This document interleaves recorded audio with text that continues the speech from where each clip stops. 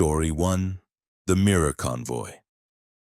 Jake Morrison had been hauling freight across the Midwest for 17 years, and in all that time he'd learned to trust his instincts. The CB radio crackled with the usual chatter as he merged onto Interstate 80 westbound, leaving Des Moines behind in his rearview mirror.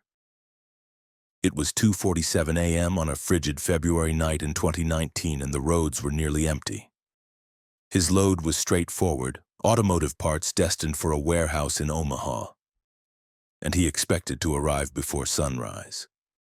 The temperature had dropped to -15 degrees and a light snow had begun to fall, creating a hypnotic pattern in his headlights. Jake had his thermos of coffee, his playlist of classic rock, and the comforting rumble of his Kenworth T680 beneath him. Everything felt routine, almost meditative, as mile marker after mile marker passed by in the darkness. Around 3:20 a.m., he noticed headlights in his driver's side mirror. Another semi had pulled up alongside him in the passing lane, matching his speed exactly at 62 miles per hour. Jake glanced over, trying to see the other driver, but the cab was dark, and the snow made it difficult to make out any details. The truck appeared to be the same model as his, a Kenworth T680 with an identical sleeper cab configuration. He thought nothing of it initially. Truckers sometimes drove in tandem for company on long, lonely stretches. But after 5 minutes of the truck maintaining perfect parallel positioning, Jake felt a twinge of unease. He tapped his brakes slightly, reducing his speed to 60. The other truck slowed in perfect synchronization. He accelerated back to 65. The other truck matched him instantly, as if connected by an invisible tether.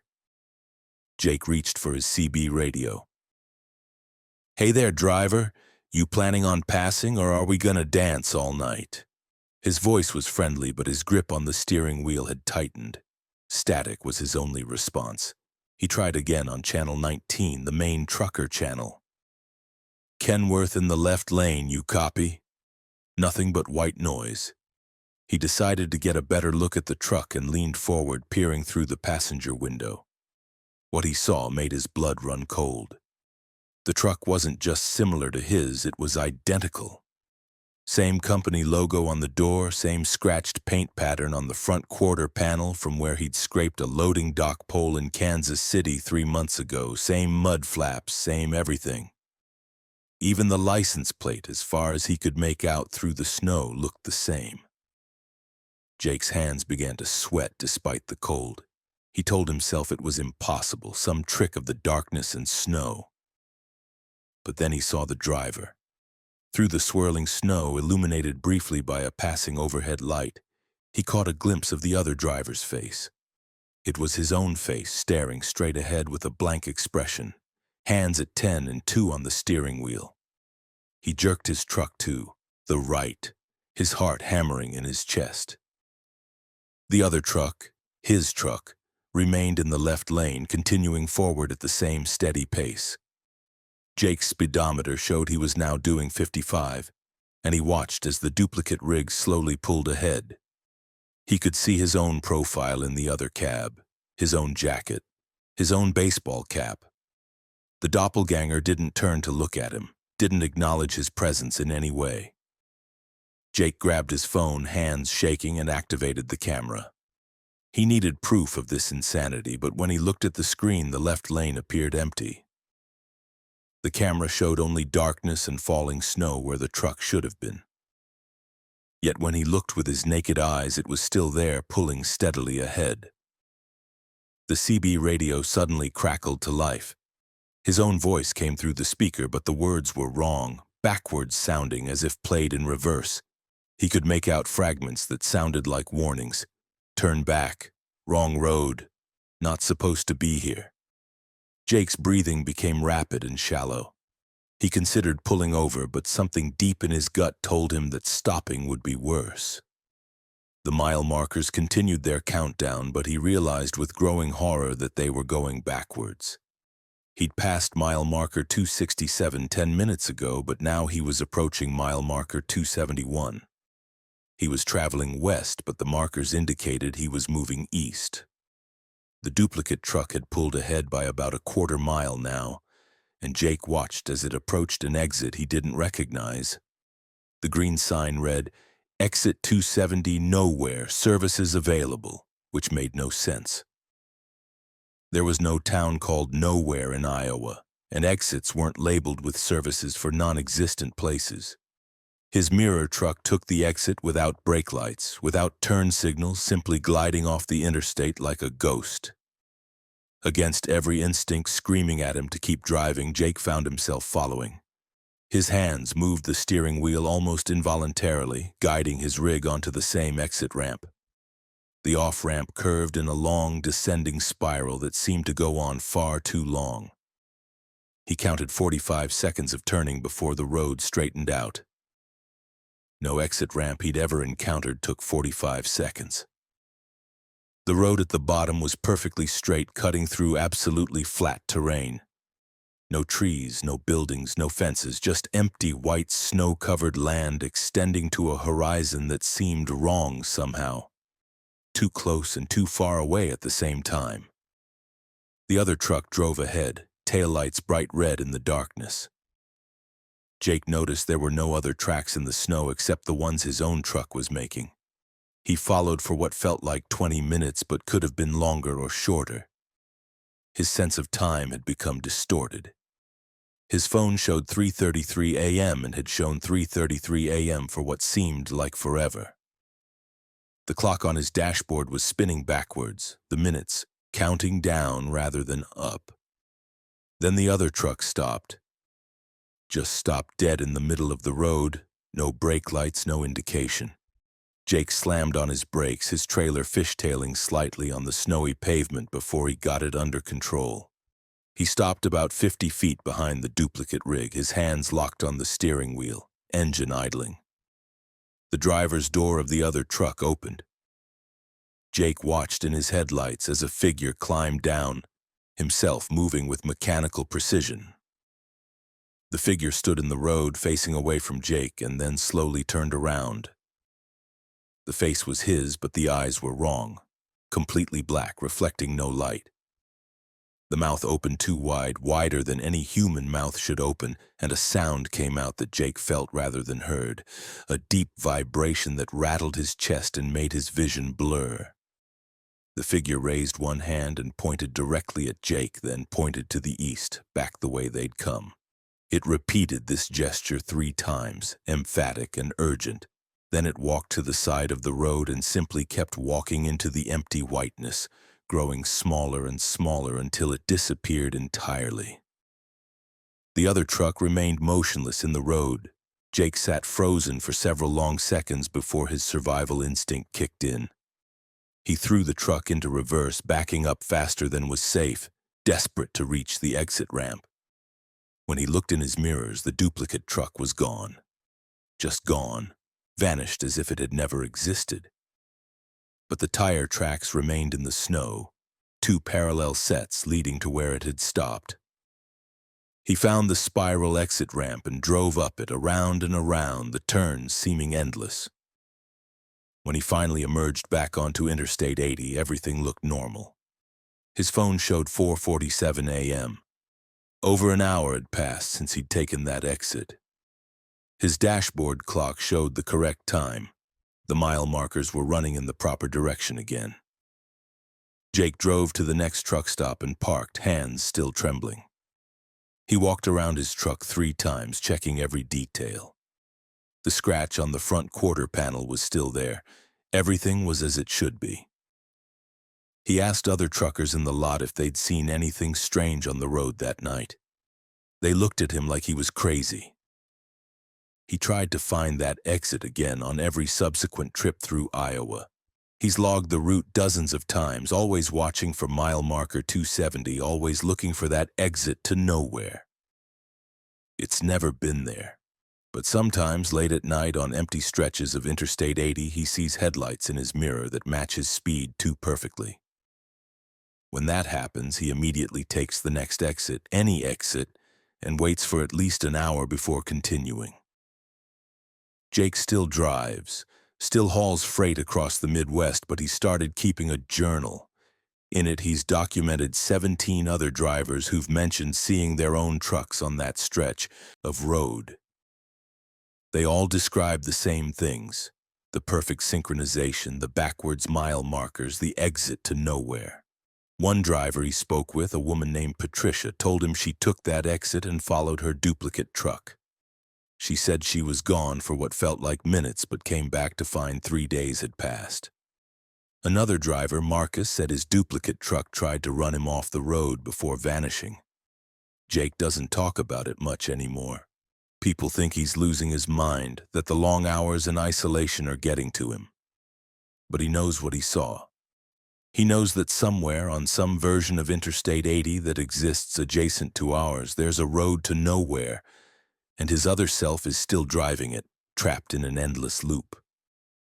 Sometimes he wonders if he's the real Jake Morrison, or if he's the duplicate who managed to escape back to this reality. The worst part comes on nights when he's particularly exhausted, driving through the dark hours before dawn.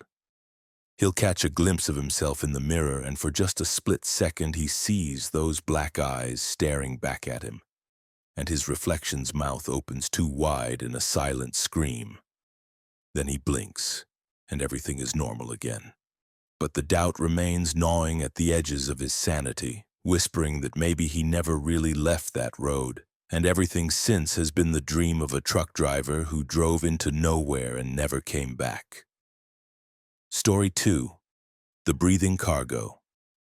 Maria Hernandez had been driving for Swift Transportation for 9 years, and she prided herself on her professionalism.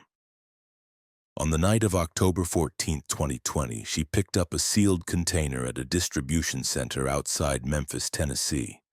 The paperwork was unusual.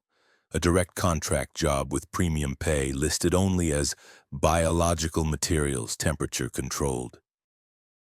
She'd hauled pharmaceutical supplies before, so she signed off and hooked up the refrigerated trailer without much thought. The container was a specialized reefer unit, newer than most she'd pulled, with its own dedicated cooling system and a digital lock on the rear doors. The supervisor who did the final inspection seemed nervous, checking the seal 3 times and making her sign additional liability waivers. "Don't open it for any reason," he said, his voice tight. "If the temperature alarm goes off, call this number immediately. Don't investigate yourself." He handed her a card with a phone number. No company name, just a number. Maria pulled out of the facility at 11:30 p.m., heading north on Highway 51 with a delivery deadline of 6:00 a.m. at a private research facility outside Chicago. The route was straightforward, about 8 hours of driving with minimal stops. The roads were clear and her Freightliner Cascadia hummed smoothly as she settled into the rhythm of the drive. Around 1:15 a.m., somewhere north of Dyersburg, she heard the first noise. It was subtle, almost below the threshold of hearing. A rhythmic sound coming from the trailer. At first she thought it was the refrigeration unit cycling on and off, but this was different. It sounded organic, almost like breathing. Deep, slow inhalations and exhalations that seemed to sync with the rumble of the road. She turned down her radio to listen more carefully. There it was again, clearer now. A breathing sound, definitely coming from the cargo area. Maria told herself it was impossible, probably just the air circulation system making unusual noises. But the sound had a disturbing quality to it, wet and labored, like something struggling for air. At 2:00 a.m., she pulled into a rest area near Sikeston, Missouri. She needed to check the trailer despite the warnings. The temperature gauge on her dashboard showed everything normal, -10 degrees Celsius, exactly where it should be. But the breathing sound had grown louder during the last 45 minutes, and she could hear it even with the truck parked and the engine running. Maria walked to the back of the trailer with her flashlight, her breath forming clouds in the cold night air. The seal on the door was intact, unbroken. She pressed her ear against the cold metal of the trailer door. The breathing was definitely there, loud and clear now. And it wasn't just one breath. It was multiple sources overlapping and out of sync, creating a horrible chorus of inhalations and exhalations. She pulled out the card and dialed the number. It rang 12 times before someone answered. "Container ID?" a man's voice asked. No greeting, no identification. Maria read off the number from her paperwork. A pause. "Is the seal intact?" he asked. "Yes, but there are sounds," she started to explain. "Do not open it. Continue to the delivery point. You're hearing the refrigeration compressor. It's normal." The line went dead. Maria stood there in the cold, phone in hand, knowing absolutely that what she'd heard was not a refrigeration compressor. But she also needed this job, needed the premium pay. She climbed back into the cab and continued north. By 3:30 a.m., the breathing had developed a pattern. 3 deep breaths, a pause, then a sound like a low moan or whimper. Then the cycle would repeat. Maria turned her radio up louder, trying to drown it out, but even with the music blaring, she could feel the rhythm of that breathing through the seat, through the steering wheel, vibrating through the entire truck. Near Cape Girardeau, the temperature alarm started beeping. The digital display showed the trailer temperature rising, -8, -6, -4. She pulled over immediately and called the number again. The same man answered. "The temperature is rising," she said, trying to keep the panic out of her voice. "How fast?" he asked. She checked the display. "It's at -2 now, dropping about 2 degrees every minute." A long pause on the other end. "Increase cabin power to the refrigeration unit. Override code is 7739. Input it now." Maria found the override panel and entered the code. The refrigeration system kicked into a higher gear, the compressor roaring. "Continue to the delivery point," the voice said. "Time is critical. You have 4 hours." The line went dead again, but increasing the refrigeration power made everything worse. The breathing sounds became distressed, rapid, and shallow. And then she heard something new, a sound that made her blood turn to ice. Scratching. Something inside the trailer was scratching against the metal walls, slow and deliberate, not frantic but purposeful, as if whatever was in there was testing the walls, looking for weakness. Maria's hands were shaking on the steering wheel. She thought about abandoning the truck, calling the police, anything. But she was in the middle of rural Missouri, and something about the way that man had spoken on the phone made her afraid. This wasn't a normal cargo, and these weren't normal people she was working for. The scratching continued for the next hour as she drove through the darkness. Sometimes it would stop for a few minutes, and the silence was almost worse than the sound. Then it would start again, moving from one side of the trailer to the other as if something was walking around inside, dragging claws or nails along the walls. At 4:45 a.m., just past Springfield, Illinois, something hit the inside of the trailer wall hard enough to rock the entire truck. Maria screamed, swerving slightly before regaining control. The impact happened again and again, a rhythmic pounding that synchronized with the breathing. Whatever was in there was awake, aware, and angry. Her CB radio crackled to life, though she hadn't touched it. A voice came through, distorted and barely human. "Let us out." The words were drawn out, agonized. Then another voice, different. "Cold. Too cold, please." And another. "We're still alive? Why are we still alive?" Maria grabbed the CB microphone with a shaking hand. "Who are you? What are you?" Static, then a dozen voices at once, overlapping. "We volunteered. They said it was safe. The treatment. We can't die. We can't die. Oh God, we can't die." She threw the microphone down and focused on driving, tears streaming down her face. The pounding from inside the trailer grew more violent. She could see the trailer walls flexing with each impact. the metal bending outward slightly before returning to shape. The temperature alarm was going off again. The trailer was now at +2 degrees Celsius. Whatever refrigeration was supposed to keep things dormant in there was failing. At 5:30 a.m., Maria saw the exit for the delivery location. A private road, no signs, just coordinates on her GPS. She turned off the highway and followed a narrow paved road through dense woods.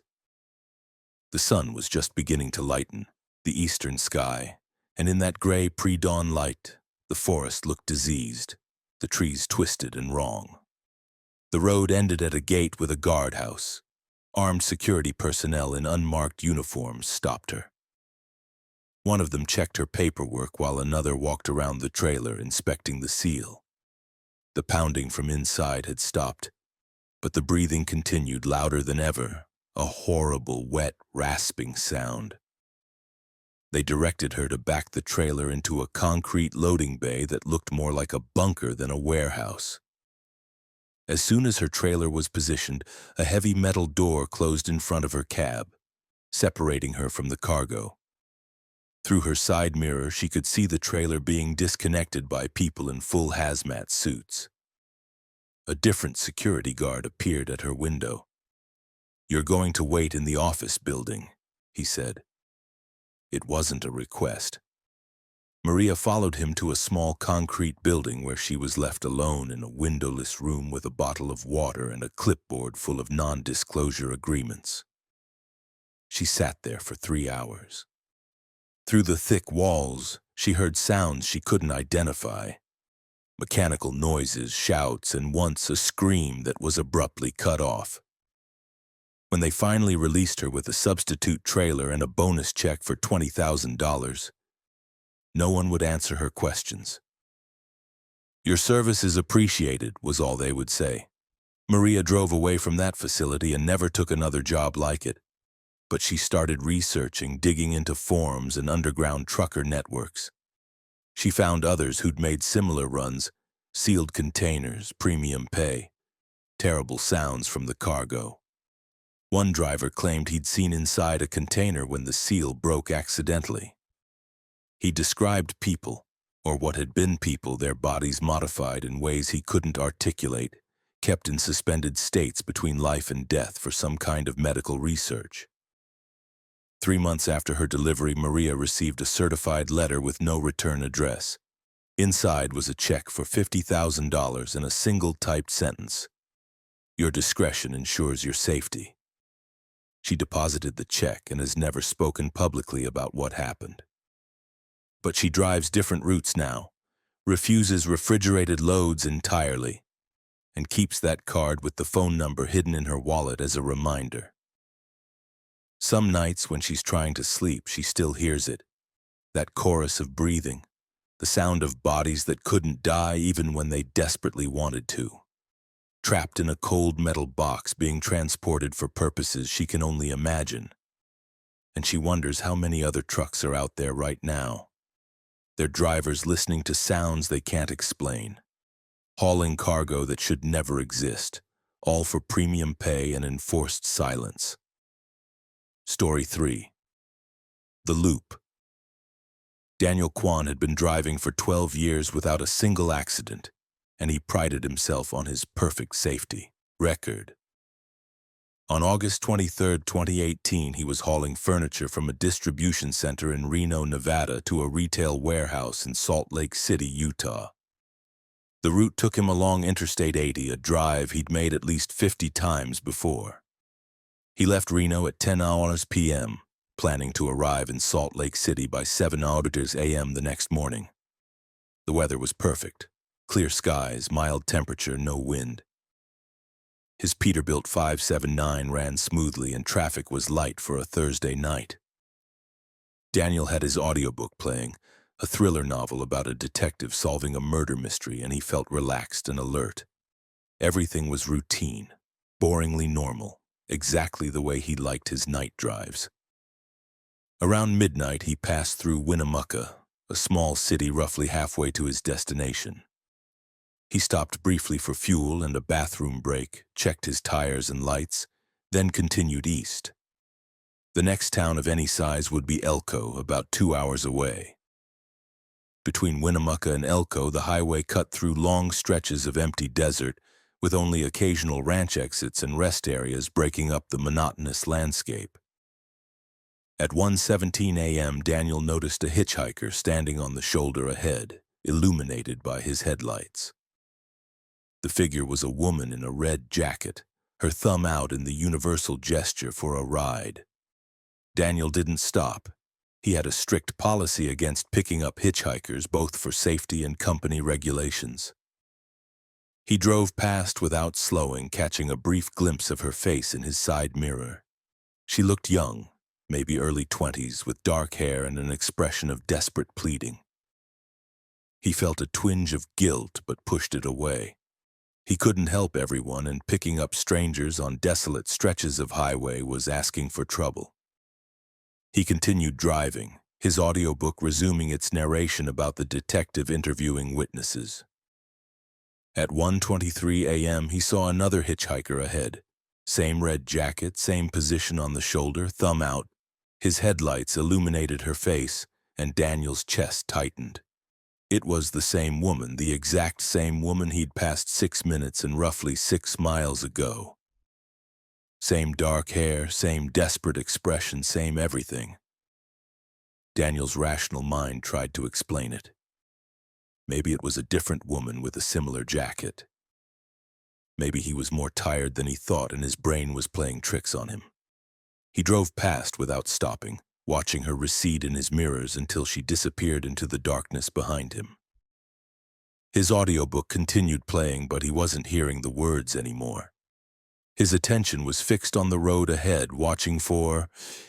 he wasn't sure what. A feeling of unease had settled over him, a prickling awareness that something was wrong. At 1:29 a.m., there she was again. Same woman, same red jacket, same shoulder of the road, thumb extended. This time Daniel slowed down as he approached, his heart hammering in his chest. He looked directly at her face as he passed. It was definitely the same person. He could see a small scar on her left cheek, a detail he'd noticed the first time without consciously registering it. He grabbed his CB radio. "Anyone out there on I-80 eastbound between Winnemucca and Elko? This is eastbound furniture hauler, over." Static. He tried again on different channels, no response. The highway was empty except for him. Daniel checked his GPS. It showed him exactly where he should be, making steady progress east toward Elko. His odometer showed the miles accumulating. His fuel gauge showed the tank depleting at the normal rate. Everything appeared normal except for the impossible woman appearing over and over. At 1:35 a.m., she appeared again. Daniel pulled over this time, stopping about 50 feet past where she stood. He watched in his mirror as she slowly turned to face his truck, her expression unchanging. She didn't walk toward him. She just stood there, watching, her thumb still extended in that hitchhiking gesture. Daniel's hands were sweating. He put the truck in reverse and backed up slowly, stopping when his passenger window was aligned with where she stood. He rolled down the window, cold desert air rushing into the cab. "Who are you?" he called out. "What's happening?" The woman's mouth moved, but no sound came out. Her lips formed words. "Help me. Please help me." But her voice was silent, as if he was watching her through soundproof glass. Then she pointed ahead, down the highway, urgency in her gesture. She pointed repeatedly, insistently, her silent mouth forming the words, "Don't stop. Keep going. Find the exit." Daniel rolled up the window and accelerated back onto the highway, his mind racing. Find what exit? There were no exits listed on his GPS for the next 30 miles except for unmarked ranch roads. The woman disappeared from his mirror as he drove away. At 1:41 a.m. she appeared ahead again, and at 1:47 a.m., and at 1:53 a.m. Every 6 minutes, roughly every 6 miles, there she was, standing on the shoulder in her red jacket, thumb out, desperate pleading in her eyes. Daniel stopped looking at his mirrors. He focused straight ahead, gripping the steering wheel with white knuckles, trying to make sense of what was happening. His audiobook had been playing this entire time, but he suddenly became conscious of it again. The detective in the story was interviewing a witness about seeing the same woman in 3 different places at the same time. The witness was explaining how it was impossible, how the human mind tries to rationalize the irrational. Daniel fumbled for the pause button, his hand shaking. He didn't remember this part of the book.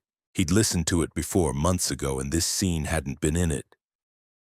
At 1:59 a.m., he saw something different. An exit sign he'd never seen before, green and reflective in his headlights. Exit 187, recovery, no services. He'd driven this route dozens of times and had never seen this exit. His GPS showed no exit here, just empty highway. But the sign was real, physical, mounted on a standard highway post. The woman appeared ahead one more time, standing directly in front of the exit ramp. As Daniel approached, she stepped backward onto the ramp, walking backward up the exit while maintaining eye contact with him. She was beckoning him to follow, her silent mouth forming one word over and over. Remember. Daniel took the exit. He couldn't explain why, couldn't rationalize the decision, but something deep in his consciousness was screaming that this was the only way out. The exit ramp curved to the right, climbing slightly, leading to nothing. Just a flat area of desert, no road beyond the ramp itself. And in the middle of this flat area stood a single telephone pole with a light on top, casting a circle of illumination in the darkness. Beneath that light was a wreck, a Peterbilt 579, the same model as his truck, same company logo on the door. The cab was crushed on the passenger side as if something massive had impacted it. The trailer was jackknifed at an unnatural angle. Furniture was scattered across the desert. Chairs, tables, a mattress that fluttered in a breeze Daniel couldn't feel. He stopped his truck, engine idling, staring at the impossible scene. The woman in the red jacket stood beside the wreck, her hand on the crumpled door of the cab. She looked directly at Daniel, and for the first time he heard her voice, clear and close, as if she was sitting next to him. You fell asleep at 1:17 a.m. You didn't see me in time. You swerved. You rolled. This is where you died, Daniel. His name. She knew his name. Daniel's breathing became rapid, his vision narrowing. I'm not dead, he said aloud. I'm right here. I'm driving. This isn't real. The woman shook her head slowly. You're in the loop. The last moments before death playing over and over. Your mind is trying to process what happened, trying to find a different outcome. Every time you see me and don't stop, you're reliving the moment you chose not to slow down. The moment that killed you, but now you've found the exit. Now you can remember. Daniel looked at the wreck again, and with a horrible crystallizing clarity, he did remember. The audiobook had been playing. He'd been more tired than he'd admitted to himself. His eyelids had drooped. Just for a second, just the briefest moment, he'd closed his eyes. When they opened, the woman in the red jacket was directly in his path. He'd jerked the wheel hard to the left. The trailer had swung wide. On this empty stretch of highway with no guardrails, his truck had left the road, rolled 3 times, and come to rest in the desert. How long? Daniel asked, his voice barely a whisper. Time doesn't work the same way here, the woman said. For you, it's been 2 hours looping. Out there. She gestured towards some undefined direction. 3 years. They found your body in the wreck. Your family had a funeral. Your truck was scrapped. But part of you stayed here, trapped in the last loop, unable to accept what happened. Daniel felt tears on his face. Who are you? I'm not real, she said gently. I'm what your mind created to guide you out. A symbol, a manifestation of the warning you missed. You saw something on the road, maybe a coyote, maybe just a shadow, and your tired brain interpreted it as a person.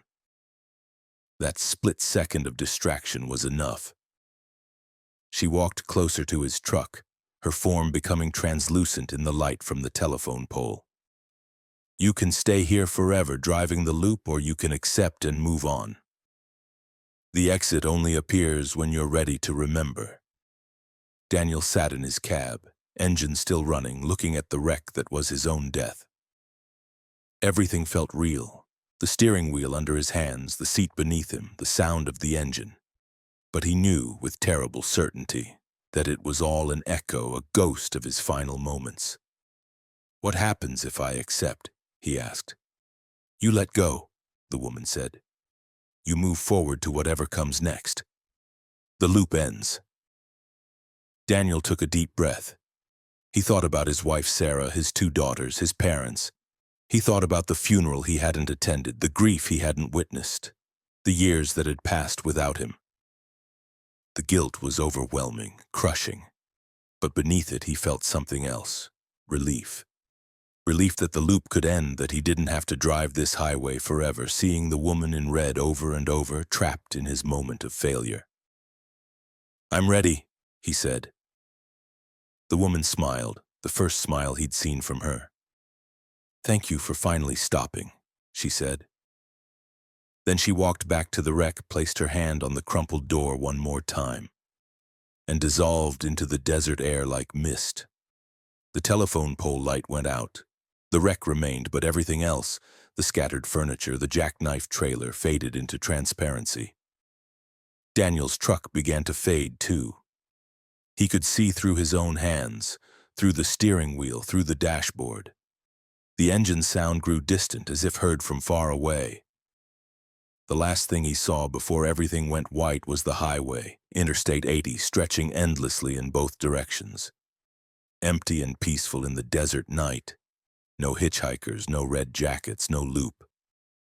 Just the road, exactly as it had been before he closed his eyes for that fatal second.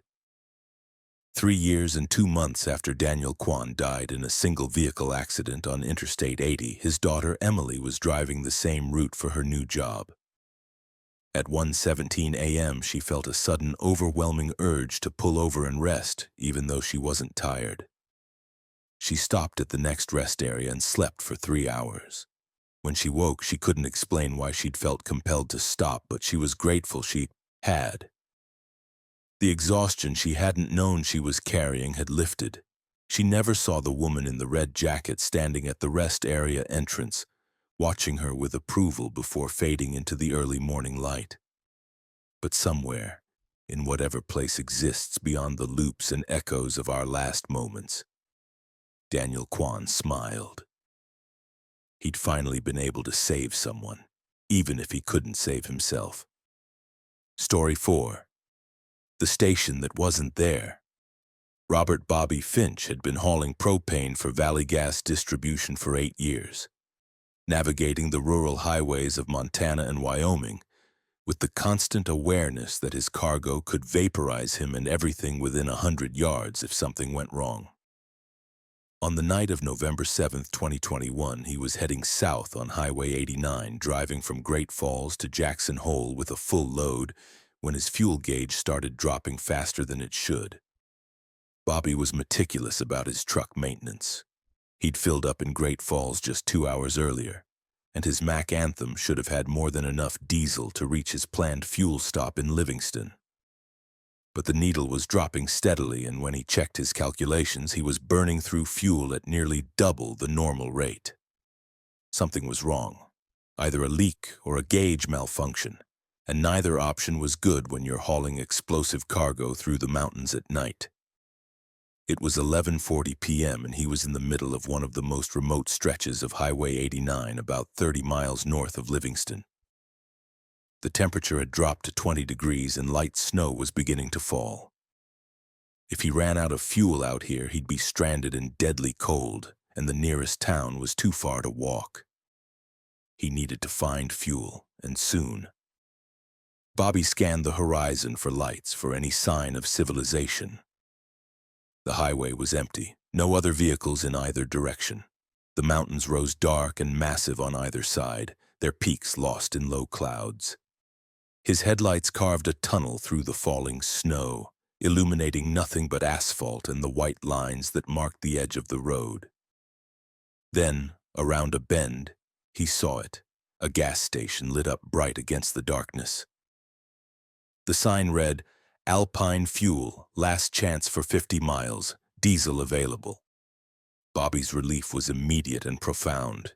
He'd driven this route dozens of times and had never seen a station here, but maybe it was new, or maybe he'd just never noticed it before. When you're running on fumes with propane in your trailer, you don't question good fortune too carefully. He pulled into the station at 11:52 p.m. The place looked dated, like something from the 1970s, old-style pumps with mechanical number wheels instead of digital displays, a small building with yellow light spilling from the windows, a single island with 2 diesel pumps. There were no other vehicles, no signs of life except for the lights. Bobby climbed down from his cab, the cold hitting him like a physical force. His breath formed thick clouds as he approached the pump. The nozzle was old but functional, and the display showed prices that made him do a double take. Diesel at 97 cents per gallon. That hadn't been the price since... when? The early 2000s? Maybe even earlier? He looked toward the building. Through the windows he could see someone moving inside, an attendant presumably. Bobby decided to pump first and ask questions later. He swiped his company fuel card, but the reader didn't respond. He tried again. Nothing. The pump had no card reader lights, no display. He'd have to go inside and pay. The building's door stuck slightly, as if it hadn't been opened in a while, then swung inward with a creak. A bell above the door announced his entrance with a thin, tinny jingle. Inside, the place was a time capsule. Faded linoleum floors, metal racks stocked with ancient candy bars and chips, a refrigerator case humming loudly with bottles of soda in brands he recognized but in designs from decades ago. The fluorescent lights overhead buzzed constantly, and the whole place smelled of old motor oil and something else, something organic and slightly unpleasant. Behind the counter stood a man in his 60s wearing a grease-stained uniform shirt with a name patch that read Earl. He looked up at Bobby with pale eyes that seemed too large for his gaunt face. "Help you?" he asked, his voice raspy and thin. "Need to fill up," Bobby said. "My card reader on the pump isn't working." Earl's expression didn't change. "We're cash only. Always have been." His grammar was odd, the emphasis wrong. As if English wasn't his first language, though his accent suggested he was born and raised in Montana. Bobby reached for his wallet, counting out bills. He'd need at least 80 gallons to be safe, maybe more. At the listed price, he stopped calculating. Something was bothering him, a wrongness he couldn't quite identify. The store, the prices, the attendant, everything felt off, like a movie set of a gas station rather than the real thing. "How long has this place been here?" Bobby asked, trying to sound casual. Earl's 2 large eyes fixed on him. "Long time. Very long time. Since before the highway. We were here first." He took Bobby's cash, counted it slowly with yellow-nailed fingers. "Pump 4. Help yourself." Bobby walked back outside, the bell jingling behind him. The snow was falling harder now, accumulating on the concrete. He pumped his diesel, watching the mechanical numbers spin, gallons clicking by with satisfying physical solidity. 83 gallons to fill his tank.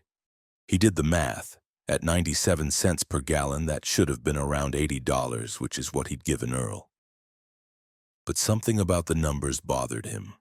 He secured the fuel cap and walked around his truck, checking the propane trailer connections, looking for whatever had caused his fuel consumption to spike. He found nothing obvious.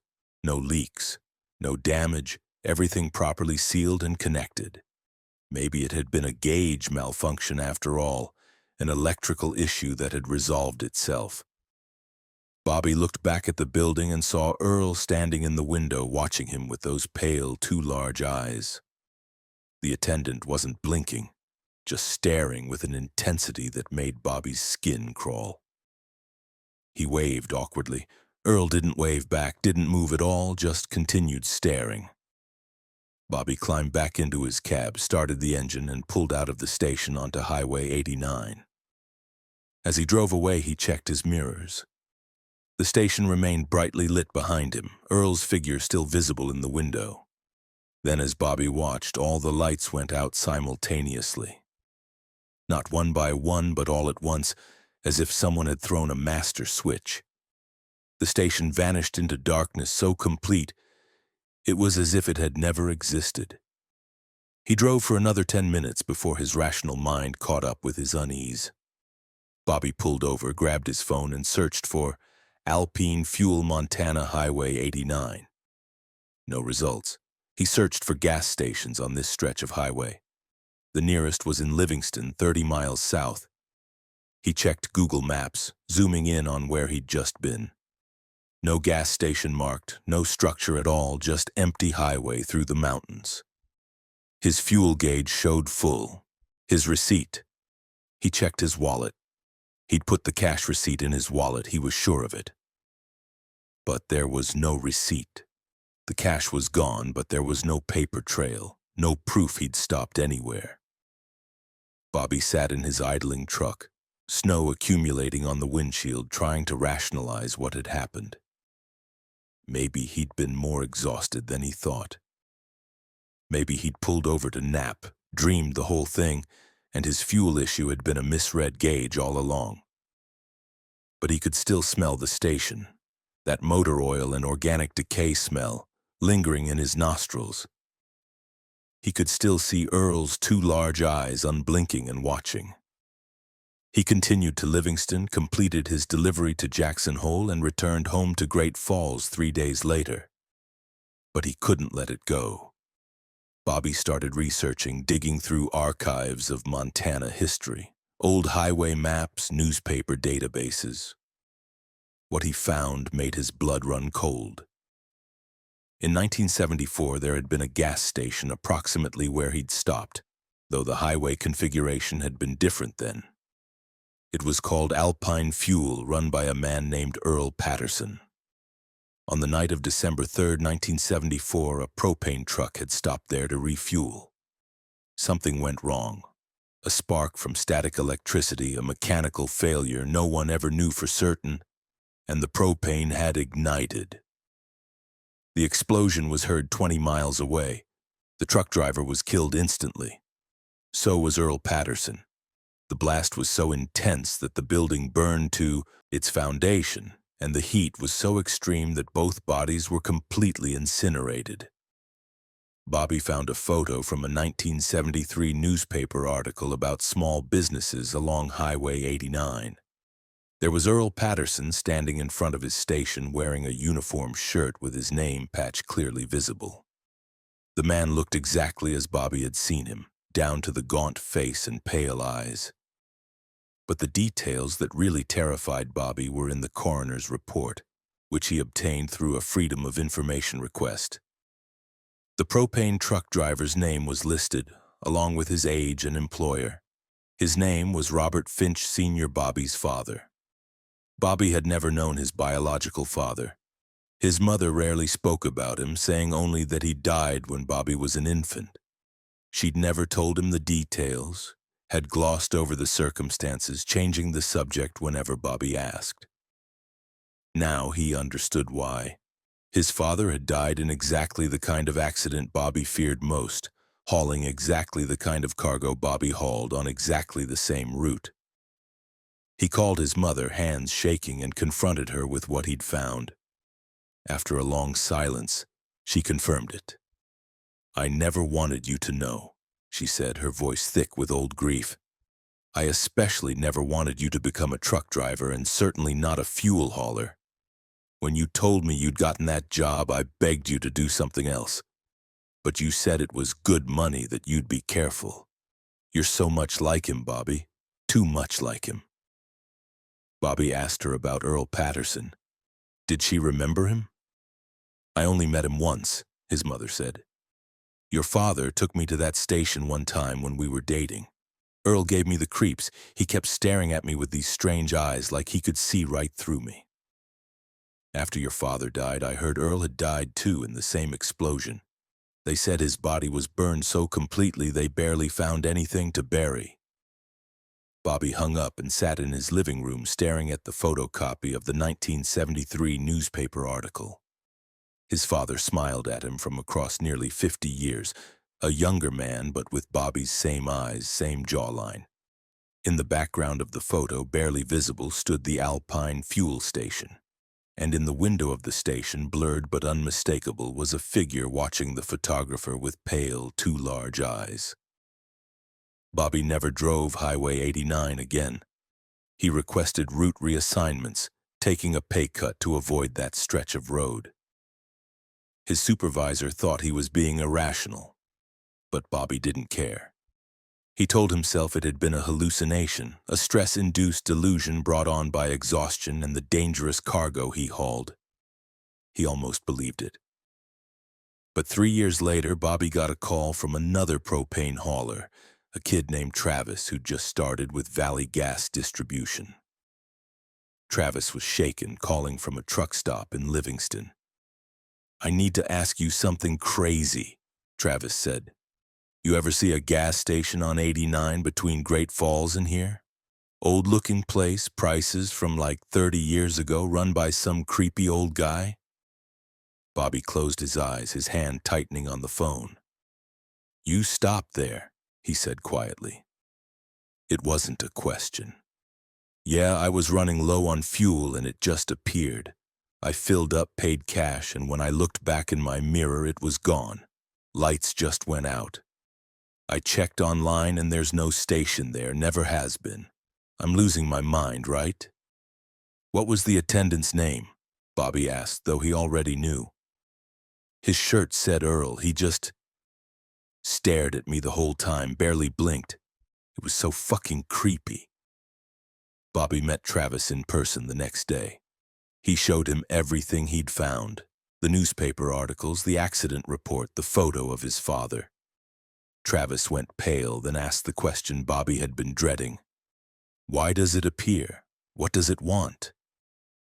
Bobby had thought about this for 3 years, had developed a theory he'd never voiced aloud until now. I think it's a loop, he said slowly. An echo of that night in 1974, trapped and repeating. My father stops there, something goes wrong, they both die in the explosion. But somehow the moment before the explosion got stuck and it keeps playing out. The station appears to propane haulers because that's who Earl was waiting for that night. It's looking for my father, trying to complete the loop that never finished. But I filled up and nothing happened, Travis said. I drove away fine. You're not Robert Finch, Bobby said. I think it's waiting for me. I think it's been waiting for me since before I was born. My father died there, and somehow that place knows his blood still exists, still drives trucks, still hauls propane. It's waiting for me to stop there the same way he did, at the same time, under the same conditions. And if I do... He didn't finish the sentence. Travis quit the company 2 weeks later. Bobby heard he became an accountant, never drove a truck again. Bobby still drives, but never in Montana, never hauling propane, never at night if he can help it. He's trying to break the pattern, to be different enough from his father that the station on Highway 89 stops looking for him. But sometimes, when he's driving any dark highway, any remote stretch of road, he'll see lights ahead that shouldn't be there. And for just a moment, before he realizes it's a real gas station or a ranch house or a cell tower, his heart will stop and his hands will tighten on the wheel, and he'll remember Earl's pale, too large eyes watching him with infinite patience. The station is still there, Bobby knows, still waiting on Highway 89 in a location that shifts slightly, that appears when the conditions are right and when the right person is driving. Still lit up bright against the darkness, with Earl standing in the window, waiting for Robert Finch to come back and finish what started 50 years ago. And someday Bobby fears he'll be tired enough, distracted enough, desperate enough that he'll forget his resolve and pull into that station. And when he does, the loop will finally close, and whatever has been waiting since 1974 will finally complete the explosion that never quite finished the first time. Story 5. The Voice in the Sleeper. Thomas Blackwell had been on the road for 16 years, and for the last 8, he'd been running solo cross-country routes that kept him away from home for weeks at a time. His Kenworth T680 with its extended sleeper cab had become more familiar to him than his own house. On the night of March 12, 2017, he was hauling electronics from Ontario, California to Charlotte, North Carolina, following Interstate 40 through the southwest. Around 2:30 a.m., somewhere in the New Mexico desert between Albuquerque and Tucumcari, Thomas started feeling the familiar weight of exhaustion. He'd been driving for 11 hours with only brief stops, pushing the legal limit, trying to make up time after a delayed loading. The smart thing to do was pull over and sleep, but he was already behind schedule, and there was a bonus for on-time delivery. He decided to push for another hour to reach a truck stop he knew in Tucumcari. To stay alert, he turned off his audiobook and opened his windows, letting the cold desert air blast into the cab. The temperature outside was in the mid-30s, and the shock of cold helped clear his head. For a while. At 3:15 a.m., with still 40 minutes to go before reaching Tucumcari, Thomas heard a voice from his sleeper berth behind him. It was distinct and clear, cutting through the noise of the wind and engine. "You should pull over." Thomas jerked in his seat, his heart rate spiking. He glanced in his rearview mirror at the curtain that separated the cab from the sleeper area. It was closed, as it always was when he drove. "Hello?" he called out, his voice uncertain. Silence, just the wind and the engine and the sound of tires on asphalt. He told himself he'd imagined it, that his tired brain had conjured an auditory hallucination. It happened to truck drivers sometimes. Exhaustion, isolation, and monotony could play tricks on the mind. He reached over and closed the windows, cutting off the wind noise, and tried to focus on the road. At 3:27 a.m., the voice came again, louder this time, definitely from the sleeper berth. "Thomas, you need to pull over now." His blood ran cold. The voice knew his name. It sounded masculine, middle-aged, with a slight southern accent. Thomas slammed on his brakes, pulling onto the shoulder in a spray of gravel. He grabbed his flashlight from the door pocket, his hands shaking, and turned to face the sleeper area. "Who's there?" he demanded, his voice cracking. "Come out where I can see you." No response. Thomas set the parking brake and left the engine running. He held the flashlight like a weapon and slowly pulled back the curtain. The beam of light swept across his sleeper berth, the mattress, his folded clothes, his duffel bag, his CB radio mount. Everything was exactly as he'd left it. No one was there, no place anyone could hide. He searched thoroughly, checking under the bed, inside the storage compartments, even opening the outside access panels to inspect the storage areas beneath the sleeper. Nothing. He was completely alone. But the voice had been real. He was certain of it. Not a hallucination, not his imagination. Someone or something had spoken to him from that sleeper berth, had known his name, had told him to pull over. Thomas stood outside his truck in the cold desert night, trying to calm his breathing. The highway was empty in both directions, just darkness and stars and the distant lights of Tucumcari on the horizon. Every rational explanation ran through his mind. Maybe sound had carried from somewhere. Maybe his CB radio had picked up a transmission. Maybe he was more exhausted than he realized and experiencing a micro-sleep dream. He climbed back into the cab, left the curtain to the sleeper area open so he could see the entire space, and continued driving. His exhaustion had vanished, replaced by adrenaline-fueled alertness. He kept the windows up now, the radio off, listening intently for any sound from behind him. The voice didn't speak again during the drive to Tucumcari. Thomas pulled into the truck stop at 3:55 a.m., parked, and sat for several minutes trying to decide what to do. He was scheduled to sleep here for his mandatory 8-hour break, but the thought of lying in that sleeper berth where the voice had come from made his skin crawl. He called his dispatcher and explained that he was having mechanical issues and might need to take the truck to a shop. It was a lie, but he needed a rational excuse for what he was about to do.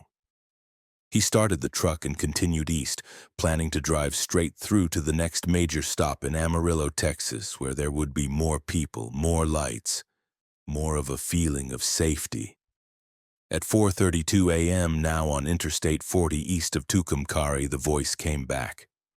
This time it sounded closer, as if the speaker was directly behind the seat. "Thomas, you're making a mistake. You need to sleep. You're going to hurt someone." "Who are you?" Thomas shouted into the empty cab. "What do you want?" "I'm trying to help you," the voice said, calm and patient. "You're falling asleep. You don't realize it, but you're micro-sleeping every few minutes. You're going to crash."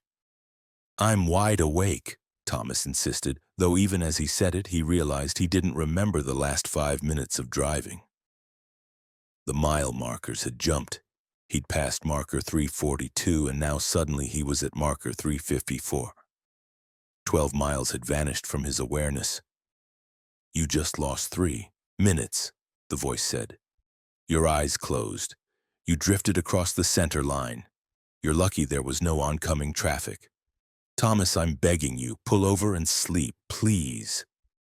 There was genuine concern in the voice, almost desperation. Thomas felt his conviction wavering. Maybe he was more impaired than he thought. Exhaustion could be insidious, making you believe you were alert when you were actually compromised. But the voice? How could he explain the voice? "Are you real?" Thomas asked aloud, feeling foolish but needing an answer. "Or am I hallucinating you?" A pause. Then, "Does it matter?" "Real or hallucination, the message is the same. You're in danger. The people around you are in danger. Stop driving." Thomas saw a rest area sign ahead, 2 miles. He signaled and moved into the right lane, his hands trembling on the steering wheel. The voice was right. He could feel it now, the weight of exhaustion pressing down on him like a physical force. How long had he been fighting it? How many miles had he driven on autopilot, his conscious mind disconnecting while his body went through the motions? He pulled into the rest area and parked in the truck section. The moment he set the parking brake, an overwhelming wave of tiredness crashed over him. He barely had the energy to climb into the sleeper berth. The space where the voice had come from no longer seemed frightening, just necessary. He collapsed onto the mattress, pulled a blanket over himself, and fell asleep within seconds. Thomas woke 8 hours later to his alarm, sunlight streaming through the curtains. He felt rested, his head clear for the first time in days. He checked the time, 11:47 a.m. He'd slept through the morning, and according to his logbook, he was now legal to drive another 11 hours. He made coffee on his portable burner and sat in the cab, watching the daytime traffic flow past the rest area. In the clear light of day, the voice from the night before seemed like a dream, or at the most a harmless hallucination brought on by exhaustion. He'd been right to stop, and everything was fine now. Thomas completed his delivery to Charlotte without incident and returned home to Sacramento for his scheduled week off. He tried to put the incident out of his mind, chalking it up to exhaustion and stress. But 2 weeks later, on his next long haul, the voice came back. This time he was driving through Kentucky at night, hauling machine parts from Detroit to Atlanta. Around midnight, after only 6 hours of driving and feeling perfectly alert, the voice spoke from the sleeper. "Thomas, there's black ice ahead. Slow down." He'd learned not to argue with the voice. He reduced his speed from 65 to 45 miles per hour. Less than a minute later, his headlights revealed a patch of highway that looked different, darker with a subtle sheen. Black ice. He crawled across it carefully, feeling his trailer want to swing out, but his reduced speed allowed him to maintain control. Behind him, he saw a car hit the same patch at full speed and spin out, rotating twice before coming to rest on the shoulder. The car was damaged, but the driver appeared uninjured. The voice had saved him from an accident, possibly saved his life. "Thank you," Thomas said aloud, addressing the empty sleeper berth. "You're welcome," the voice replied. "Stay alert. There's more ice ahead in 3 miles." Over the following months, the voice became a regular presence on Thomas's long hauls. It would speak only when there was danger, warning him about drowsiness, traffic hazards, mechanical issues with his truck, aggressive drivers, weather conditions. It was never wrong. Whatever the voice told him turned out to be accurate, and multiple times its warnings prevented accidents. Thomas stopped being frightened and started being grateful. He named the voice Frank, for no particular reason except that it needed a name if they were going to have a relationship. He would talk to Frank during long, lonely stretches of highway, and Frank would respond, not always, but often enough that Thomas felt less isolated. Frank knew things about trucking, about roads, about vehicles. The conversations were oddly comforting. Thomas told no one about Frank. He knew how it would sound, a truck driver hearing voices, talking to thin air, claiming his invisible friend was keeping him safe. People would think he was losing his mind. Maybe he was. But the objective facts were undeniable. Since Frank had appeared, Thomas hadn't had a single accident or even a close call. His safety record, already good, became perfect. 6 months after Frank first appeared, Thomas was hauling lumber from Oregon to Colorado. He stopped at a truck stop in Idaho for fuel and food. Inside the diner, he overheard 2 other drivers talking in the booth behind him. "I'm telling you, man, it's the weirdest thing," one driver was saying. "I hear this voice from my sleeper warning me about stuff. It started a few months ago. I thought I was going crazy." Thomas froze, his coffee cup halfway to his mouth. "What kind of stuff?" the other driver asked. "Road hazards, mostly. Tells me when I'm getting too tired to drive safely. It's always right. Saved my ass more than once." "You're not crazy," Thomas interrupted, turning around to face them. Both drivers looked at him with surprise. "I hear it too. A voice from the sleeper berth. Male, middle-aged Southern accent." The first driver's eyes widened. "Yes, exactly that. You hear it too?"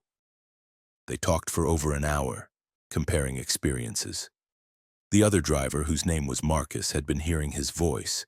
He'd named it Charlie for about 4 months.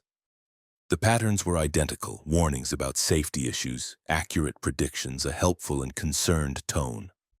Marcus admitted he'd been terrified at first, but had come to depend on the voice. Thomas and Marcus exchanged contact information and promised to keep in touch. Over the next few weeks, Thomas started asking other drivers if they'd experienced anything similar. He was subtle about it, framing it as curiosity about unusual road experiences.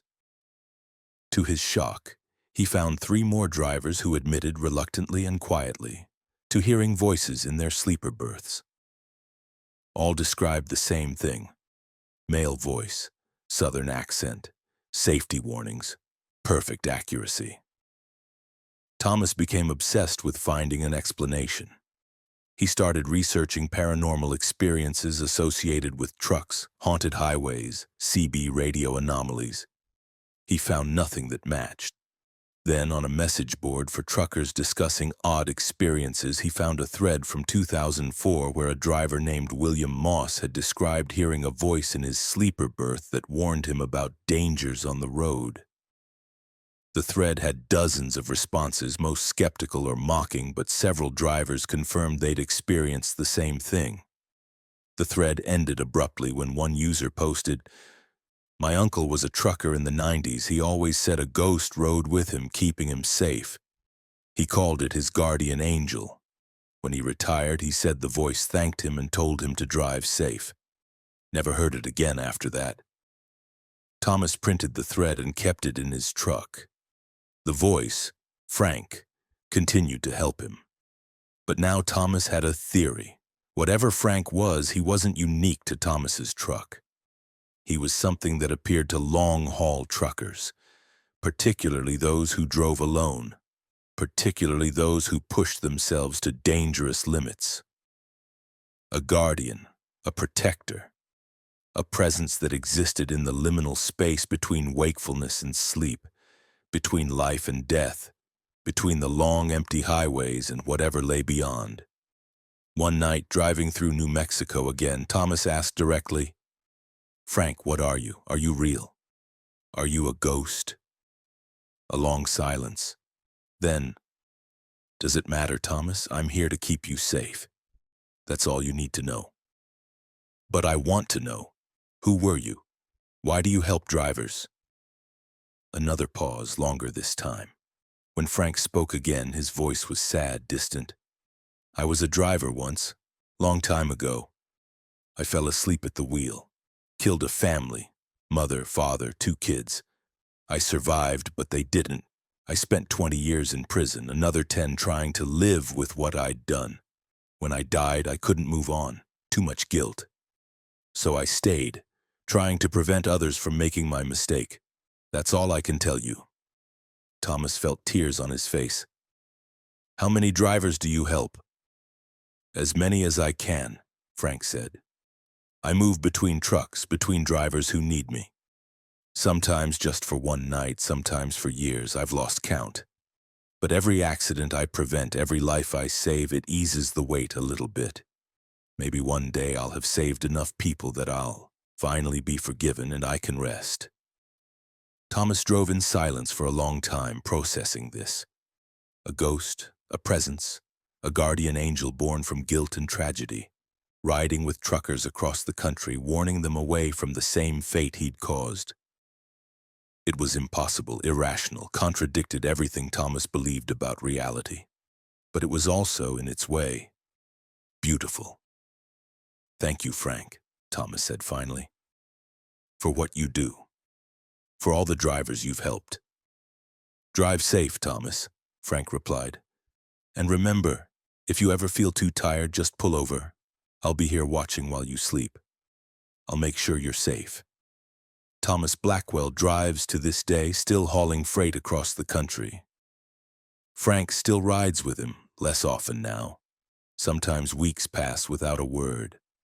But when Thomas needs him, when danger approaches or exhaustion threatens, Frank is there with a warning, a word of encouragement, a reminder to stay safe.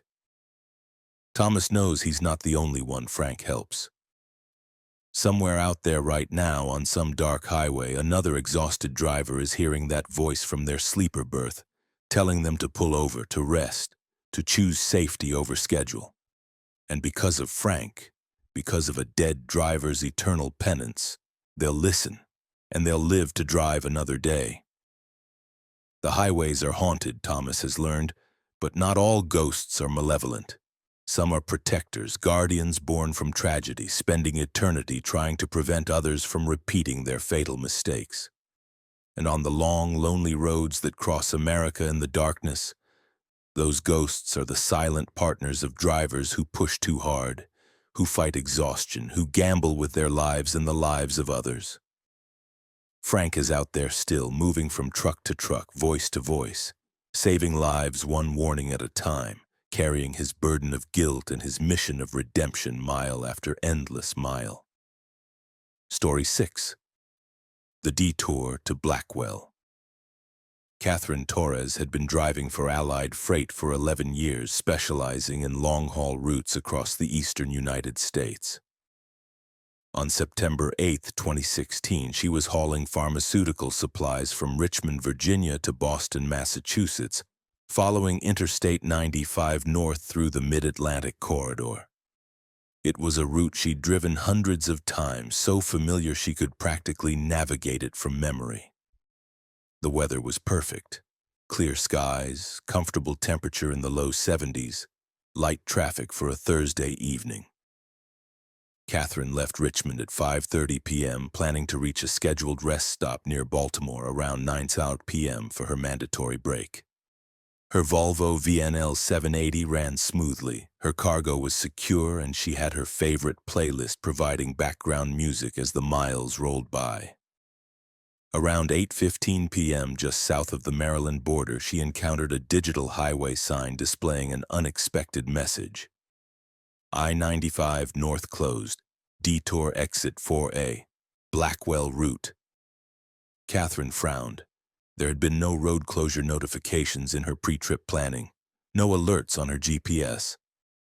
She checked her phone quickly at a red light. No traffic app showed any issues with I-95 ahead. But the sign was official-looking, a proper highway department digital display, not handmade or suspicious. And as she approached exit 4A, she saw the detour signs, orange and reflective, properly placed according to highway department standards. Traffic was being diverted off the interstate, and a line of vehicles was already taking the exit. Catherine followed the flow of traffic, her GPS immediately beginning to recalculate. But instead of showing a detour route, the GPS screen flickered and went blank. Recalculating, it repeated, but no map appeared. She tried restarting the unit. Nothing. The screen remained stubbornly blank. She wasn't too concerned. She had her phone for backup navigation, but when she checked it, her phone showed no GPS signal at all. Just a gray circle spinning endlessly, searching for satellites it couldn't find. No cell signal either. The bars on her phone had dropped to 0. The detour road was a 2-lane highway, well-maintained but older, cutting through dense forest.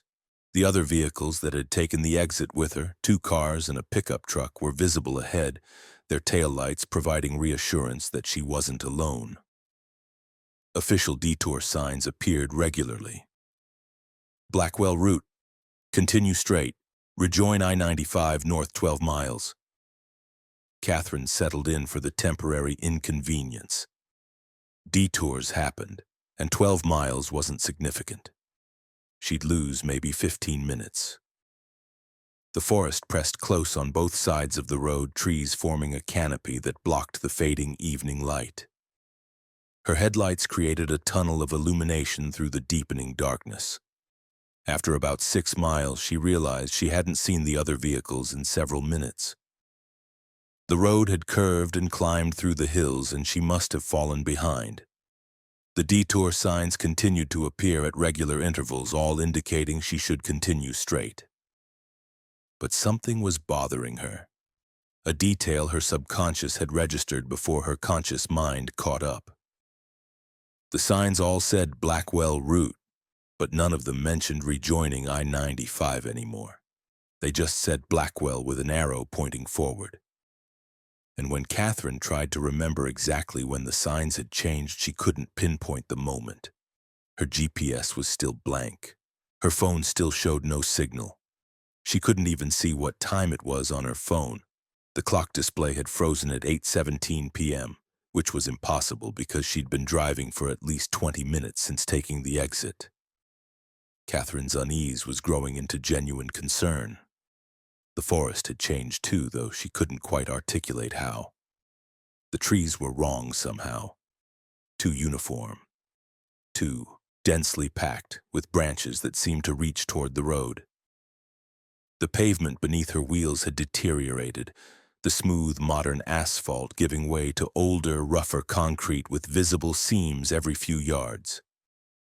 Then she saw lights ahead, the glow of a town building streetlights. Relief washed over her. She'd ask for directions, get reoriented, and find her way back to I-95. The road widened as she approached, becoming a proper street with sidewalks and storefronts. A sign appeared in her headlights. Welcome to Blackwell, population 3,472. The town looked like something from the 1950s or early 1960s. The storefronts had vintage signs and architecture, An old-fashioned diner, a drugstore with a soda fountain visible through the windows, a movie theater with a marquee displaying titles Catherine didn't recognize. Cars were parked along the street, but they were all vintage models. Tail-finned sedans, classic pickup trucks, rounded coupes from decades past. And there were people, dozens of them walking on the sidewalks, going in and out of shops, standing in groups talking. They were all dressed in period clothing, men in slacks and button-down shirts, women in dresses and skirts, children in outfits that looked like costumes from an old TV show. Everyone looked clean, healthy, normal, except they were dressed like they lived 60 years ago. Catherine slowed her truck to a crawl, staring at the scene around her. This couldn't be real. It had to be some kind of historical reenactment event, a festival or tourist attraction. But why here, on what was supposed to be a detour road? And why hadn't there been any signs advertising it? She pulled her truck over to the curb, parking in front of the diner.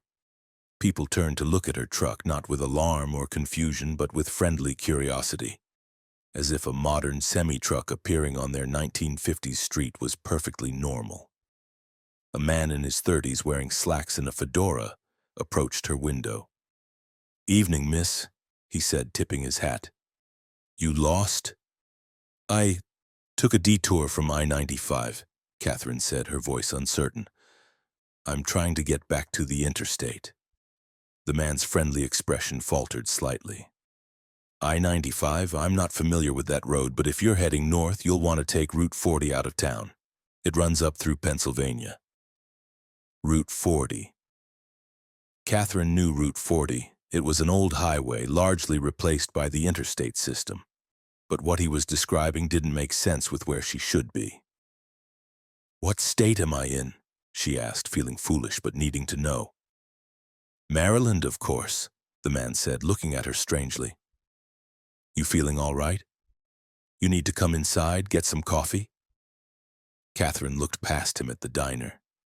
Through the windows, she could see people sitting at a counter, a waitress in a period uniform pouring coffee, a jukebox in the corner playing music she could almost hear.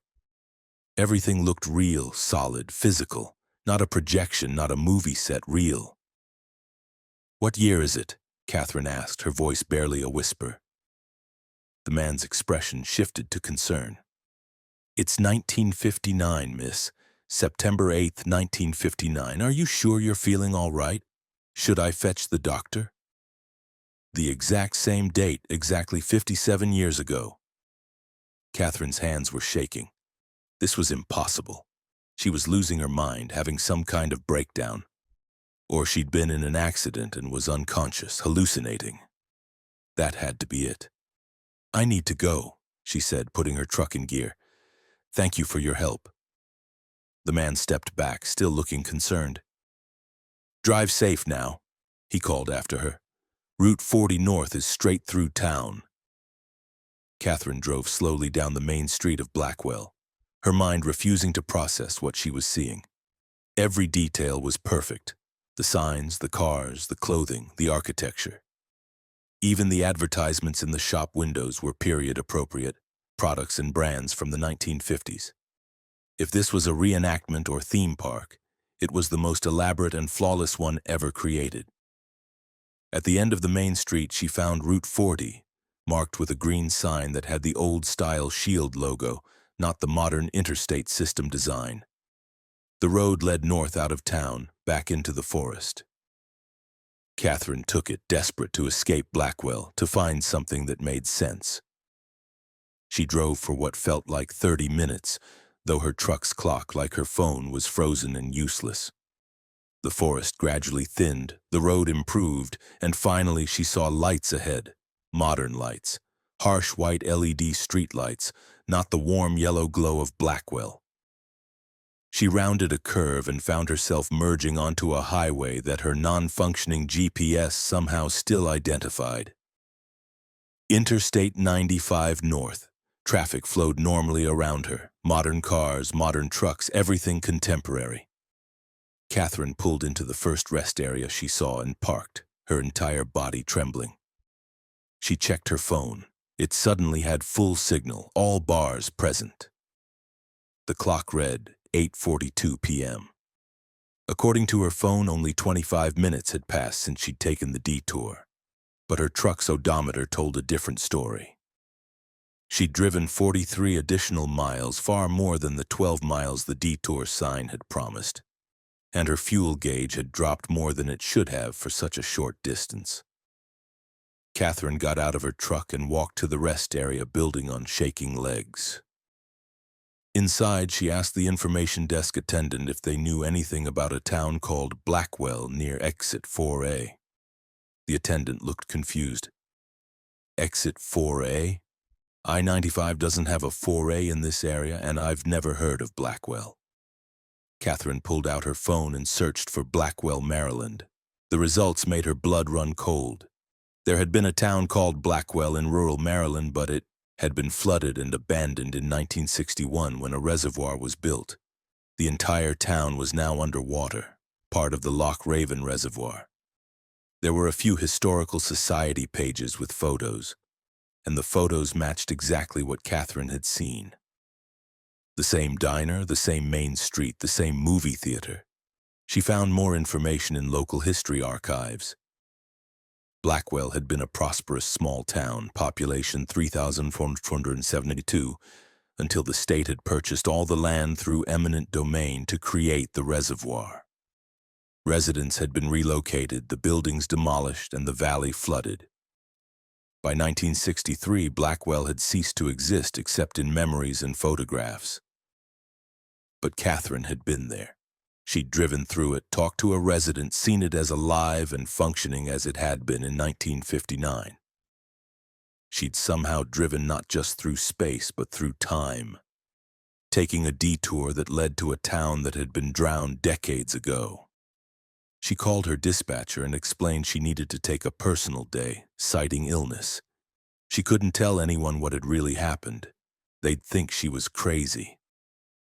She stayed at a hotel near Baltimore and spent the entire night researching Blackwell, reading everything she could find about the town, its flooding, its residents. One detail caught her attention. Several residents who'd been relocated from Blackwell had reported returning to the area and seeing their town still standing, still inhabited, like a mirage or ghost image. Locals had dismissed these reports as nostalgia or grief-induced hallucinations. But there were multiple accounts, spanning decades, of people claiming to have accidentally driven through Blackwell, finding it exactly as it had been before the flooding, complete with residents who didn't know the town was supposed to be gone. Catherine found a forum post from 2009 where someone described taking a detour off I-95 and ending up in a time-warped town that looked like the 1950s. The description matched her experience perfectly. Several people had replied with similar stories, all describing the same town, the same feeling of temporal displacement, the same impossibility of finding it again when they tried to return. The next day, Catherine drove back to the area where she'd taken the detour. There was no exit 4A. The exits jumped from 3 to 5 with no exit between them. She pulled over and walked the shoulder, looking for any sign of where she'd left the interstate. Nothing. Just continuous pavement, no off-ramp, no detour signs, nothing. She tried to find Route 40 in the area where it should have been. The modern Route 40 was miles away, nowhere near where she'd driven. The forest she'd traveled through was part of a state park. No roads cut through it, no access except for hiking trails. Catherine returned to work but couldn't stop thinking about Blackwell. She talked to other drivers, carefully asking if they'd ever experienced anything unusual on I-95 through Maryland. Most looked at her like she was crazy, but one older driver, a man named Harold who'd been hauling freight for 30 years, pulled her aside. "You saw something, didn't you?" he said quietly. "Took a detour that shouldn't exist?" Catherine nodded, afraid to speak. "Blackwell," Harold said. "It wasn't a question. I've heard stories about it for years. Drivers who see it, who drive through it, who come back confused and scared. My theory? When they flooded that valley, they didn't just destroy the town, they trapped it somehow. Time got stuck at the moment before it was drowned. And sometimes, on certain nights, the detour appears. It takes you back to 1959, to Blackwell, when it was still alive, still standing. You can drive through it, but you can't stay. And you can never find it again when you look for it. Why does it happen? Catherine asked. Harold shook his head. Who knows? Maybe the town doesn't want to be forgotten. Maybe the people who lived there left something behind. Some echo that refuses to die. Or maybe time just works differently than we think. And there are roads that connect different versions of the same place. All I know is you're not crazy and you're not alone. Dozens of drivers have seen Blackwell. We just don't talk about it much. People think we're making it up or losing our minds. Catherine drives that route regularly now, always at the same time of day, always watching for exit 4A. She's never seen it again, but she keeps a journal in her truck, documenting everything she remembers about Blackwell. The stores, the people, the man in the fedora, the perfect preservation of a town that died 60 years ago. She adds photos from historical archives, maps of where the town used to be, testimonies from other drivers who've experienced the same thing. Sometimes late at night when she's driving through Maryland, she'll look to the east toward where Loch Raven Reservoir sits dark and still in the valleys. Somewhere under that water are the foundations of Blackwell, the streets she drove, the diner where she almost stopped, the homes where 3,472 people once lived, all drowned and forgotten by the modern world. But on September 8th, if you're driving I-95 through Maryland around 8:15 p.m., you might see a detour sign for exit 4A directing you to the Blackwell route. If you take it, you'll drive through a town frozen in 1959 where the people smile and wave and have no idea their home will be demolished and flooded in 2 years. You'll drive down streets that exist underwater, past buildings that were torn down half a century ago, through a moment in time that refused to end even when the world moved on without it.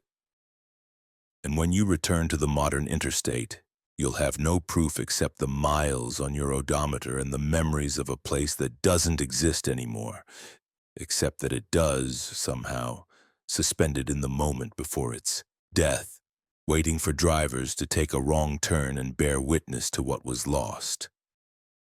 Story 7. The Call from Ahead. Michael Chen had been driving for Midwest Transport for 14 years, and in that time he'd developed a reputation for being unflappable and reliable. On the night of January 19, 2019, he was hauling agricultural equipment from Des Moines, Iowa to Minneapolis, Minnesota, following Interstate 35 north through cold but clear weather. The temperature had dropped to -12 degrees, but his freight liner Cascadia handled the cold well and the roads were dry. Around 10:30 p.m., Michael's cell phone rang. The caller ID showed his own number. He stared at the screen, confused. How could he be calling himself? His phone was right there in his hand. He let it ring through to voicemail, assuming it was some kind of telemarketing spoof where scammers disguised their numbers to look legitimate. But the phone rang again immediately, same caller ID, his own number calling him. Against his better judgment, Michael answered. Hello? Michael, it's me. It's you. This is going to sound insane, but you need to listen carefully. The voice on the phone was his own voice, unmistakably his inflection, his slight accent, his speech patterns. Michael pulled over to the shoulder, his heart pounding. This wasn't possible. Who is this? How are you doing this? I'm you, Michael. I'm calling you from 2 hours ahead from the future. I know how crazy that sounds, but I don't have time to explain. You're about to encounter something on the road, and if you make the wrong choice, you're going to die. I'm trying to prevent that. This is some kind of joke, Michael said, but his voice was uncertain. The person on the phone sounded exactly like him, not just similar, but identical. "If you're really me, tell me something only I would know. You have a scar on your left shoulder blade from when you fell off a bike when you were 9. You've never told anyone it was actually because you were running away from a bee and weren't paying attention to where you were going. You pretend you don't like your wife's mother, but actually you think she's kind and you're grateful your daughter has her as a grandmother. You sometimes cry when you listen to the song your father used to play. What a Wonderful World by Louis Armstrong, but only when you're alone in the truck." Michael's blood turned to ice. All of that was true, private things he'd never spoken aloud. "How? What is this?" "In about 15 minutes, you're going to see a car stopped on the shoulder with its hazard lights on. A woman is going to wave you down for help. Do not stop. I repeat, do not stop for any reason. Drive past without slowing down. If you stop, you'll die." I stopped and now I'm dead, or dying, or trapped in something I don't understand. But somehow I can still make this call, and maybe I can save you, save me from making the same mistake. "What happens if I stop?" Michael asked, his voice barely above a whisper. I don't know the full answer. I stopped. The woman said her car broke down, needed to get to the next town. I let her in. She seemed normal at first, but then things got wrong. Her face changed, or maybe I finally saw what she really was. She wasn't human, Michael. She was something else, something that feeds on, I don't know what. Time, maybe? Life?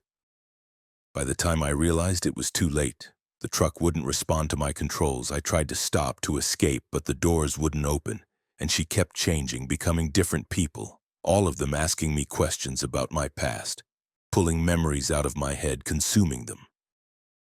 Now I'm here, or there, stuck in some loop, and I can feel myself fading. But I can still make this one call, back to the moment before it happened.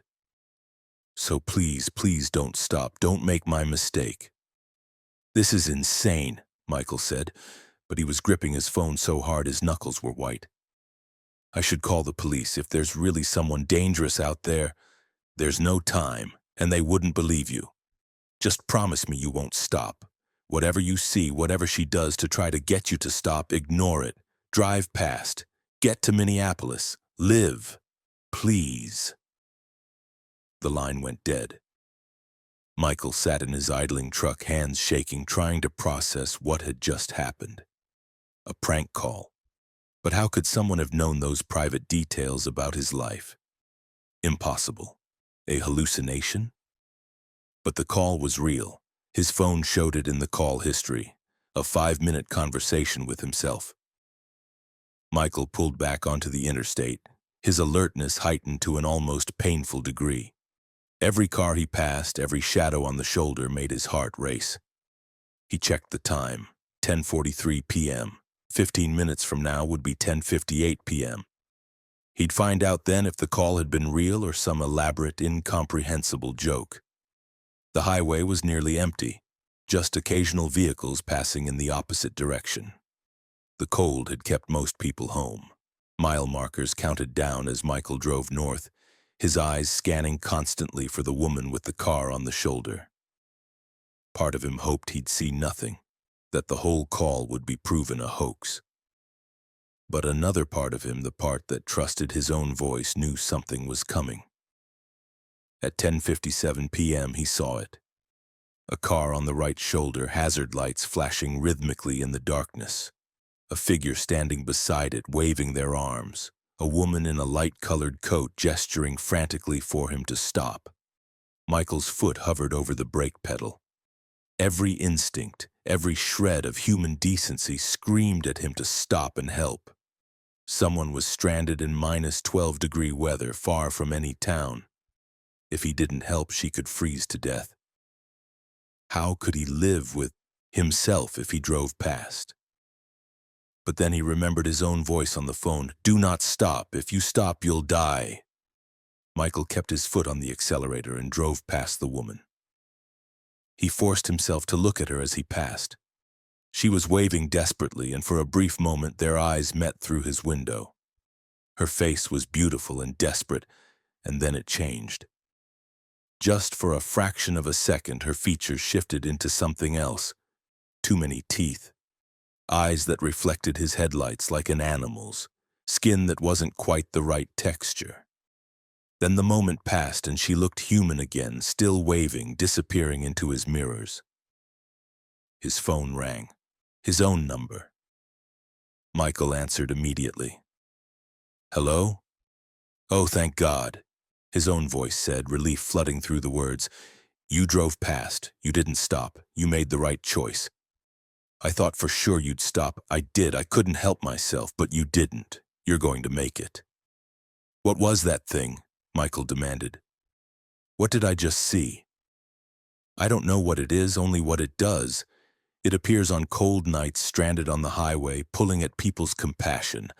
It gets inside your truck, and then it gets inside your head, and it consumes something vital. Your memories, your time, your life force. Something. The few stories I've found about similar encounters, the drivers are never the same after. Some can't remember whole years of their lives. Some age decades overnight. Some just disappear, truck found empty on the side of the road, driver never seen again." "How did you call me?" Michael asked. "If you're dead or trapped or whatever you said, how is this possible?" A long pause.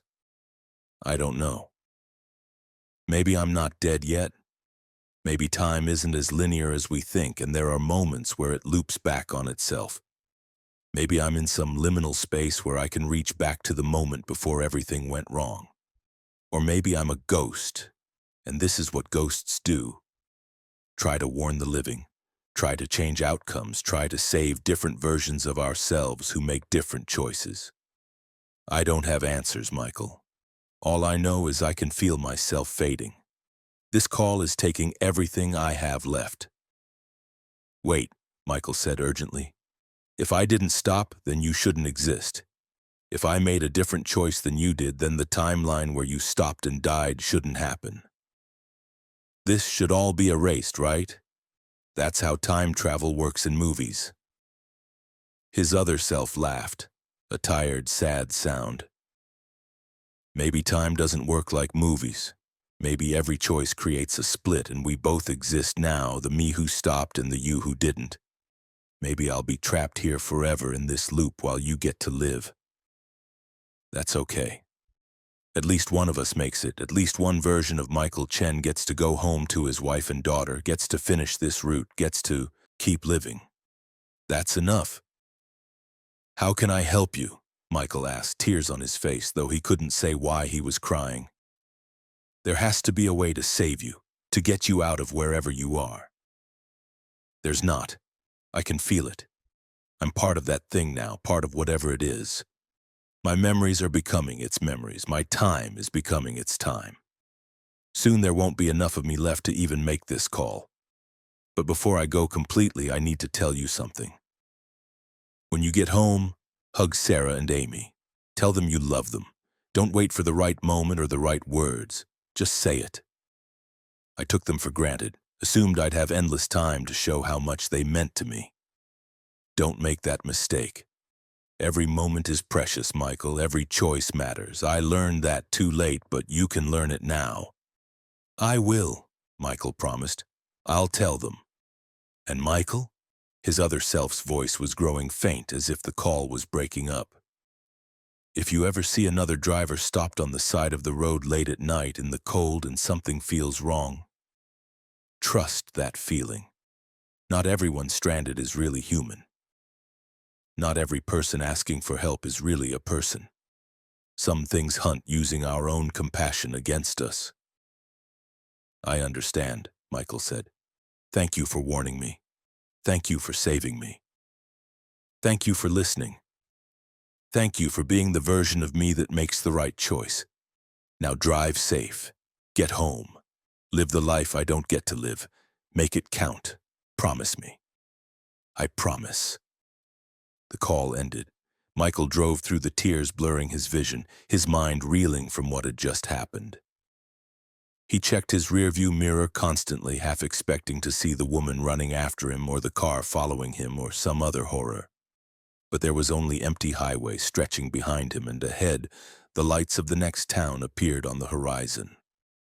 He reached Minneapolis at 1:30 a.m. and completed his delivery on schedule. During his mandatory rest period, he sat in his truck and called his wife Sarah, even though it was 3 a.m. She answered, groggy and concerned. "Michael, what's wrong? Are you okay?" "I'm fine," he said, his voice thick with emotion. "I just needed to tell you I love you. You and Amy, you're everything to me. I don't say it enough, but you are." Sarah was quiet for a moment. "I love you too, honey. Are you sure you're okay? You sound strange." "I'm okay. I just had a reminder tonight about what's important. I'll be home in 2 days, and when I get there, I'm going to spend every moment appreciating what I have. No more taking things for granted." After he hung up, Michael searched online for reports of strange encounters on Interstate 35 in Iowa. He found dozens of accounts, spanning years, of drivers reporting strange people standing on the side of the road late at night, people who didn't seem quite right, people whose faces changed if you looked too closely. Some drivers had stopped to help. Those who did reported experiences ranging from strange and unsettling to outright terrifying. Missing time, memory loss, equipment failure, feelings of being drained of energy. One forum post from 2014 caught his attention. "I picked up a woman on I-35 near Clear Lake. She needed a ride to the next town. I let her in. Biggest mistake of my life. She asked me questions, normal stuff at first, but then deeper things, personal things. Every question I answered, I felt more tired. When I finally told her to get out, her face changed. I can't describe it, not human.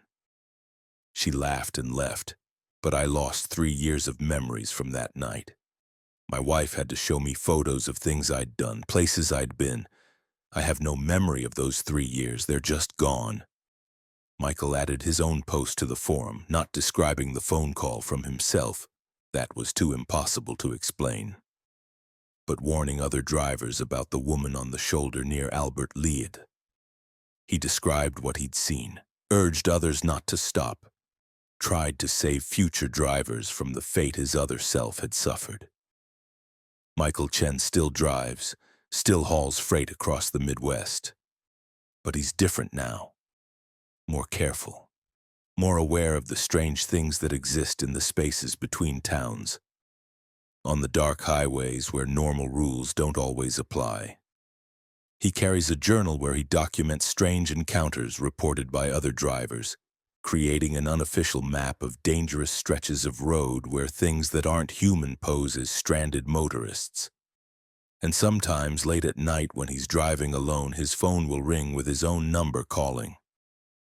He always answers, but there's never anyone there anymore, just static, and occasionally very faintly a voice that might be his own saying "thank you" before the line goes dead. He likes to think it's his other self, the Michael who made the wrong choice, still existing somewhere in that liminal space between life and death, between time and timelessness, grateful that at least one version of him survived. The woman on the shoulder of I-35 is still there, Michael knows. Still appearing on cold nights, still waving frantically at passing drivers, still waiting for someone compassionate or tired or unlucky enough to stop. She'll be there as long as there are highways and drivers and dark nights when our better nature makes us vulnerable.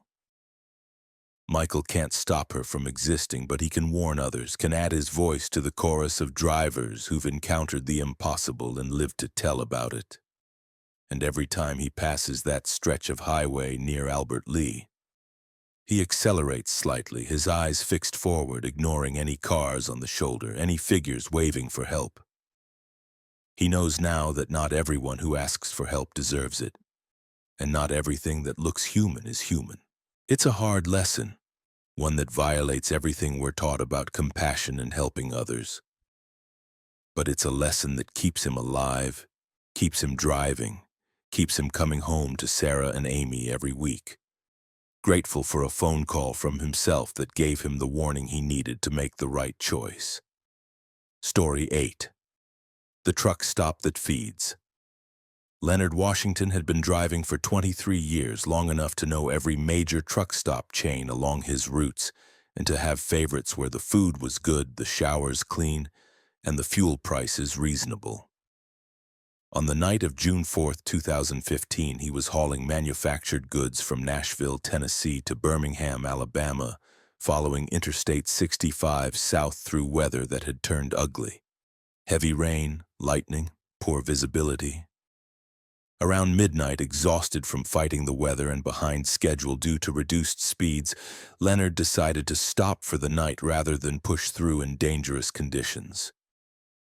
His usual stop would have been the Flying J near Cullman, but he was only at the midpoint between Nashville and Birmingham, and his eyes were burning with fatigue. He needed to stop sooner. Through the rain-streaked windshield, he saw a blue sign indicating a rest area and truck stop at the next exit, just 3 miles ahead. Leonard didn't recognize the name. Crossroads Travel Plaza, but that wasn't unusual. New truck stops opened regularly, and he didn't always keep track of every facility. The important thing was that it offered what he needed: parking, food, and a place to rest. He took the exit and followed the access road for about a mile. The Crossroads Travel Plaza appeared through the rain, a large facility with a brightly lit main building, extensive truck parking, and fuel pumps under a covered area. Despite the weather and late hour, the parking lot was fairly full. Maybe 20 trucks were parked in neat rows. Leonard felt relieved. A busy truck stop meant good amenities and a sense of security. He parked his International ProStar, grabbed his jacket, and ran through the rain to the main building. Inside, the place looked modern and clean. A convenience store, a restaurant section, a lounge area with comfortable chairs and signs indicating showers and driver facilities down a hallway. Fluorescent lighting gave everything a bright, slightly harsh illumination.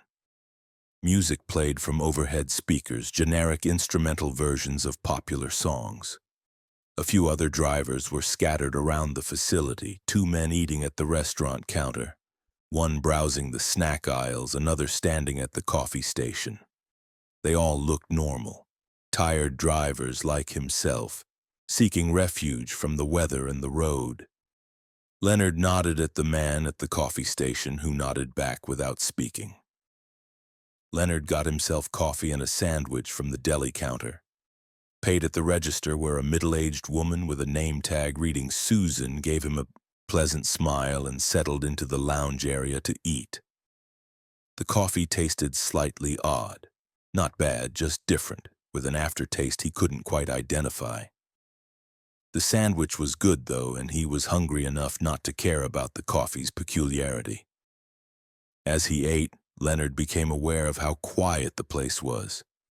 The other drivers weren't talking, weren't using their phones, weren't doing much of anything except sitting or standing in various locations, staring at nothing in particular. He'd been in quiet truck stops before. Late-night stops were often subdued, but this felt different. The silence had a quality to it, heavy and expectant. Leonard finished his meal and approached the counter to ask about shower availability. Susan smiled at him again. That same pleasant, unwavering smile. "Showers are available down the hall, first door on the left. Take your time. We have plenty of hot water." "How much?" Leonard asked, reaching for his wallet. "No charge," Susan said. "The first shower is complimentary for all professional drivers." That was unusual, but not unheard of. Some truck stops offered promotional deals. Leonard thanked her and headed down the hallway she'd indicated.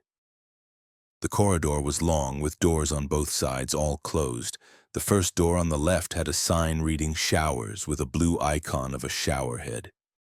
Inside, the shower facility was impressively clean.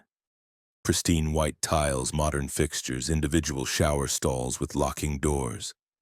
Leonard selected a stall, locked the door, and undressed. The hot water felt incredible after hours of tense driving in the rain. He stood under the stream, letting the heat work into his tired muscles, washing away the stress and fatigue. He wasn't sure how long he'd been in there, maybe 10 minutes, maybe longer, when he heard voices. They were coming from the main area of the shower facility outside his stall. Multiple voices speaking in low tones, the words indistinct but the cadence strange, rhythmic, almost chant-like. Leonard turned off the water and listened. The voices continued, overlapping, creating a chorus that seemed to pulse with some kind of pattern. He couldn't make out any specific words, couldn't even identify the language. It might have been English, or it might have been something else entirely. "Hello?" he called out. "Someone there?" The voices stopped immediately. Silence, absolute and complete. Leonard waited, water dripping from his body, his heart rate elevated. After a long moment, he decided he'd imagined it, auditory illusion caused by water noise and fatigue. He dried off quickly, dressed, and opened his stall door. The shower facility was empty except for him. But on the mirror above the sinks, written in the condensation, were words. "Don't eat the food." The letters were fresh, dripping slightly as if someone had just written them. Leonard's mouth went dry. He looked around the room, checking the other stalls, but they were all empty, all unlocked. No one else was there. He was alone. But someone, or something, had written that warning while he was showering. He left the shower facility quickly and walked back down the long hallway to the main area. Everything looked the same as before. Susan was still behind the counter, same smile, same posture, as if she hadn't moved at all. The other drivers were still scattered around, still silent and motionless. Leonard realized with growing horror that they were in the exact same positions as before. The man at the coffee station was standing in precisely the same spot, holding his cup at the same angle. The two men at the restaurant counter were sitting in the same postures, their food on the plates in front of them untouched. Leonard approached the man at the coffee station. "Excuse me," he said, his voice loud in the silence. The man didn't respond, didn't move. Leonard reached out and touched his shoulder. The man's head turned slowly, mechanically, to face him. The man's eyes were empty. Not blind, not damaged, just empty, hollow. There was no consciousness behind them, no person looking out. His mouth opened and words came out, but his lips didn't move properly, as if someone else was speaking through him like a puppet. "You should eat more. The food is very good. Have some more." Leonard stepped back quickly. "Who are you? What is this place?" The man's head rotated back to its original position, facing forward. He didn't answer. Leonard looked at the other drivers. All of them had the same empty eyes, the same puppet-like quality. They weren't people anymore. They were shells, empty containers wearing human shapes. Susan behind the counter maintained her smile. "Is there something else you need? More food? More coffee? We have a special tonight on the pot roast. Very popular. Everyone who tries it comes back for more." Leonard felt nausea rising in his throat. He'd eaten the sandwich, drunk the coffee. What had been in that food? Was he going to end up like these other drivers, hollow and empty, standing around this place forever? "I need to leave," Leonard said, backing toward the door. "Of course," Susan said, her smile never wavering. "You're welcome to leave any time. But most guests find they want to stay. The food is so good and you're so tired. Wouldn't you like to rest more? We have rooms available, clean beds. You could sleep for as long as you want." Leonard ran for the exit, pushing through the glass doors into the parking lot. The rain had stopped, but the air felt wrong, too thick, too warm, with a smell like rotting vegetation. He ran to where his truck was parked, but when he got there, his International ProStar wasn't alone. 3 more trucks were parked immediately around it, close enough that he couldn't maneuver out, blocking him in. He climbed into his cab and started the engine. The trucks blocking him didn't have drivers in them, all empty. Leonard put his truck in reverse and began backing up, intending to push one of the blocking trucks aside if necessary. But as he moved, the blocking trucks moved too, rolling backward in perfect synchronization with his movement, maintaining their positions, keeping him trapped. Leonard stopped. The other trucks stopped. He accelerated forward. The trucks moved forward with him, maintaining the same spacing. They were moving on their own, or being moved by something, keeping him contained in the parking lot. He grabbed his cell phone. No signal. The screen showed full bars, but when he tried to call 911, the call wouldn't connect. He tried his CB radio. Static. He tried his GPS to see exactly where he was, but the GPS showed no location, just a blank screen with the message, "Position unknown." Leonard sat in his cab, breathing hard, trying to think. The food? Don't eat the food.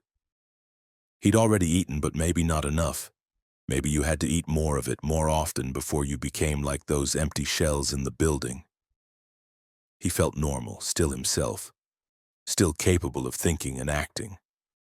Whatever was in the food hadn't completely affected him yet. He looked at the main building. Through the windows, he could see Susan still standing behind the counter, still smiling. And the empty drivers were all facing his truck now, all standing at the windows, watching him with their hollow eyes. Leonard made a decision. He turned off his engine, climbed down from the cab, and walked to the nearest truck that was blocking him. It was a Peterbilt 579, newer model, well-maintained. He tried the driver's door. Locked. He looked through the window. The interior was normal. Personal items in the cab, photos taped to the dash. This was someone's truck, someone who'd stopped here and never left. He checked the other blocking trucks. Same thing, all showing signs of regular use, all belonging to real drivers who'd presumably walked into that building and never walked out. Leonard counted the trucks in the parking lot. 23, including his own. 23 drivers trapped here, most of them probably already transformed into those empty shells inside. An idea formed. The food was the key. It changed you, hollowed you out, turned you into something that fed whatever this place really was. But he'd only eaten a sandwich and drunk some coffee. Maybe if he could force himself to purge it, to get it out of his system before it fully took effect, he could break free.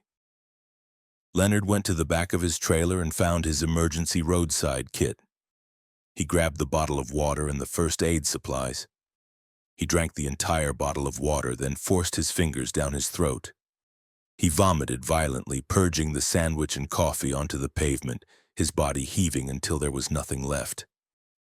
He wiped his mouth and looked up at the building. The drivers in the windows were moving now, pressing against the glass, their mouths opening and closing in sync, as if they were all trying to say the same thing. And Susan had come out from behind the counter, standing at the front door, her smile finally gone, replaced by an expression of cold anger.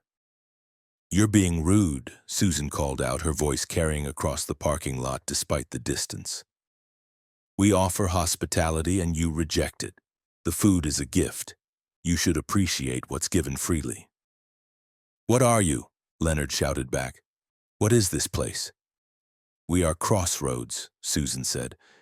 "We exist at the junctions, the in-between places where travelers pass through.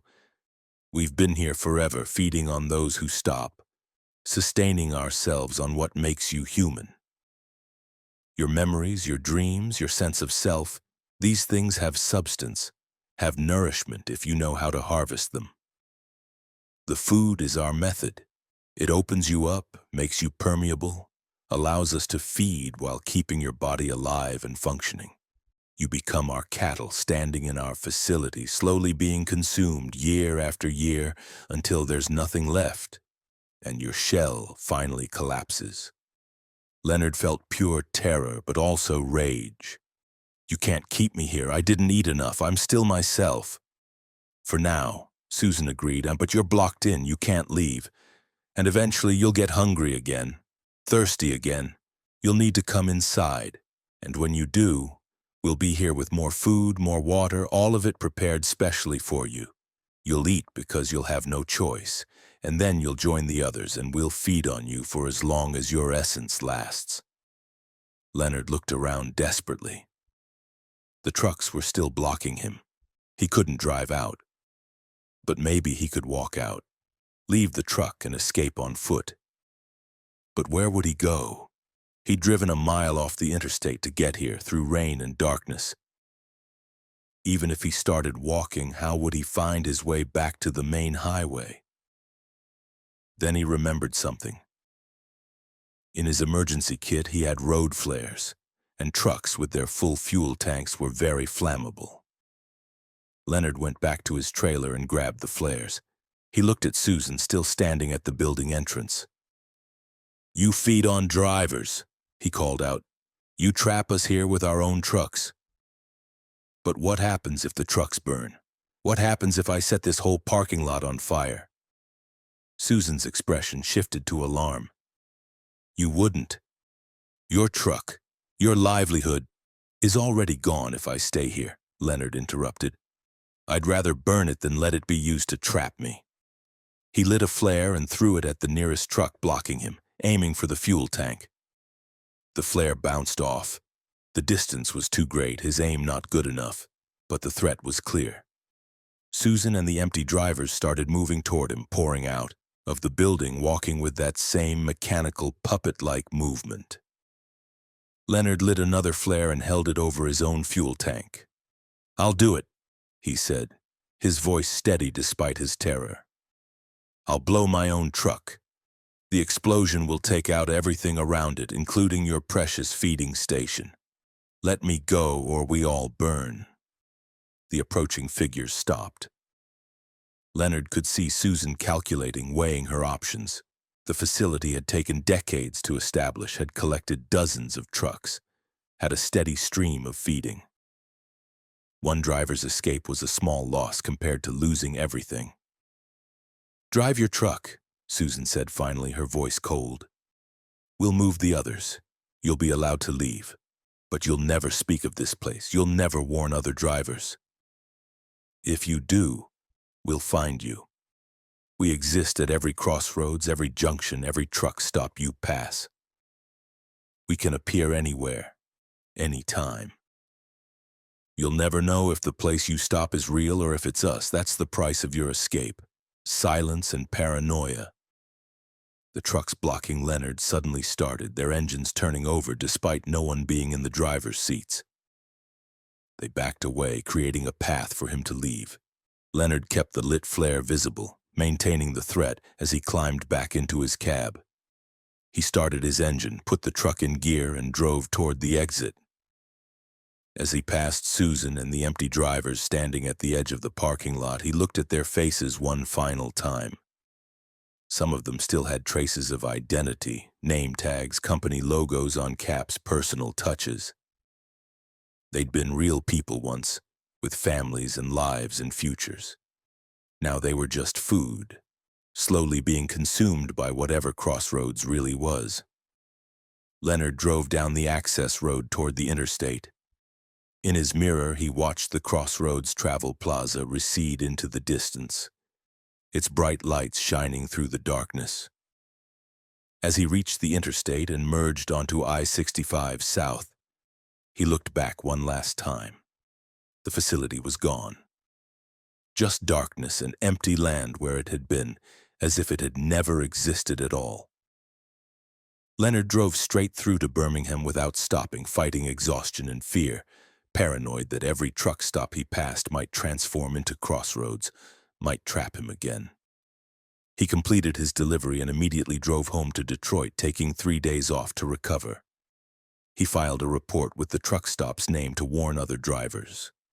But when authorities investigated, there was no record of any facility called Crossroads Travel Plaza. The exit he'd taken didn't have any services, just farmland. Leonard Washington still drives, but he's changed his habits. He only stops at truck stops he's used before multiple times where he's certain of their reality. He carries his own food and water, never consuming anything from unfamiliar places. And he warns other drivers when he can, carefully, knowing that Susan's threat was real. They're out there at the crossroads and junctions waiting for tired drivers to stop.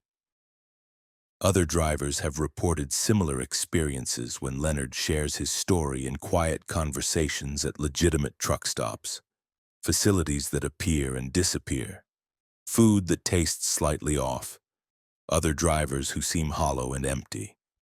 The stories are always dismissed as hallucinations or tall tales, but there are too many of them, too consistent in their details to be entirely fantasy.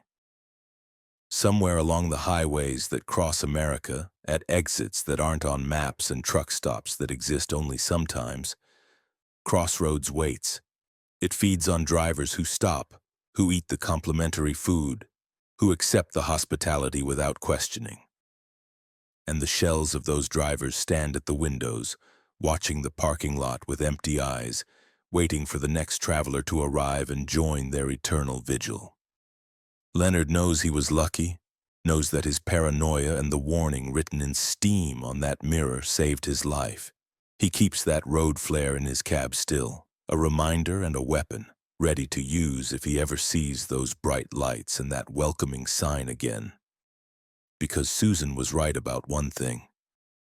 He'll never know for certain if the place he's stopping is real, or if it's them, wearing the mask of safety and hospitality, ready to feed on one more driver who makes the mistake of trusting that not everything on the road is what it seems.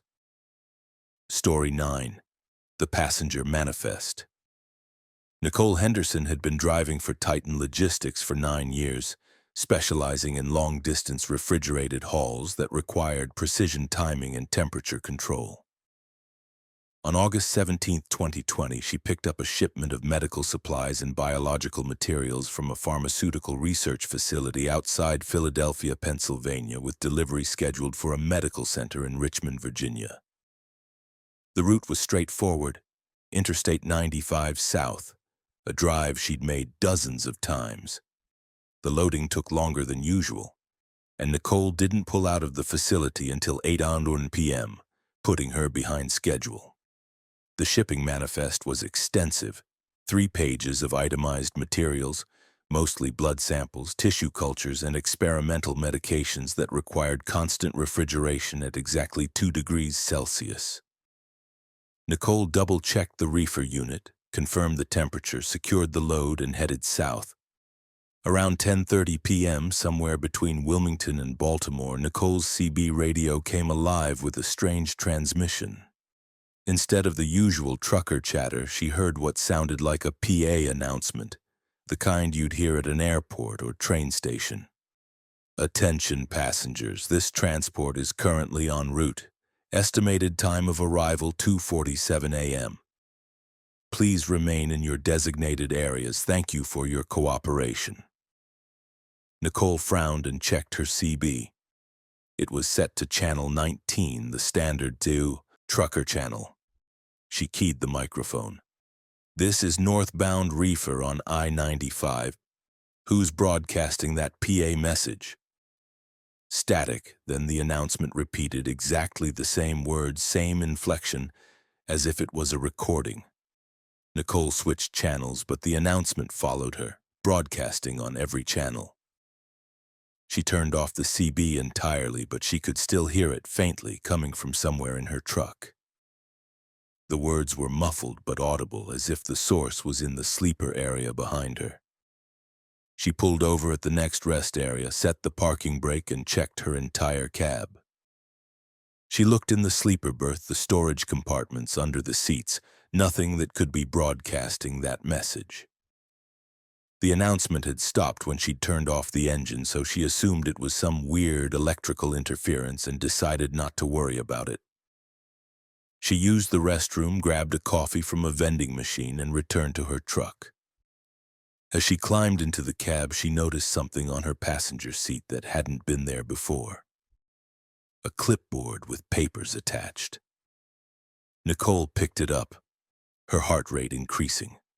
She hadn't left any clipboard on the seat. The papers were a passenger manifest, the kind used for buses or trains, listing names, seat numbers, and destinations. The header read, Transport 7734, Final Journey, August 17th, 2020. Below that were names, dozens of them, each with a number and a designation. Section 1, Section 2, Section 3. Nicole scanned the list, her hands shaking. She didn't recognize most of the names, but one near the bottom made her blood freeze. Nicole Henderson, Section 4, Driver. Her own name was on the manifest. Her designation wasn't a passenger number, it was driver. But the manifest treated her truck as if it were a passenger vehicle. And these people, wherever they were apparently traveling with her. Nicole dropped the clipboard and started her engine, desperate to get away from the rest area. But as she put the truck in gear, she heard sounds from her trailer, not the normal mechanical sounds of the reefer unit, but voices. Multiple voices talking quietly, murmuring, the way passengers on a bus or train might talk among themselves during a journey. She grabbed a flashlight and got out of the cab, walking to the trailer. The reefer unit was running normally, maintaining temperature. She approached the rear doors where the sounds were loudest and pressed her ear against the cold metal. The voices were definitely coming from inside, dozens of them, men and women, different ages, all talking in low tones. She could almost make out words. How much longer? I'm cold. Where are we going? I don't want to be here. Nicole backed away from the trailer, her mind racing. Her cargo was medical supplies, blood samples, tissue cultures, medications, not people. There couldn't be people in there. The temperature was 2 degrees Celsius, barely above freezing. Anyone inside would be hypothermic within minutes, dead within an hour. She pulled out her phone and called her dispatcher. Dave, I need you to listen carefully. Something's wrong with my load. I'm hearing voices from inside the trailer, and there's a manifest that lists passengers. I need you to verify what I'm actually hauling. Dave sounded irritated. Nicole, it's 11 p.m. You're hauling medical supplies from Biogen Research to Richmond Medical.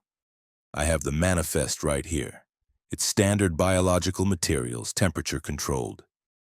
Read me the manifest, Nicole insisted. Everything listed.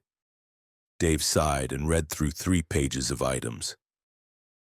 Blood samples identified by code numbers, tissue cultures in specific storage containers, experimental medications with long pharmaceutical names.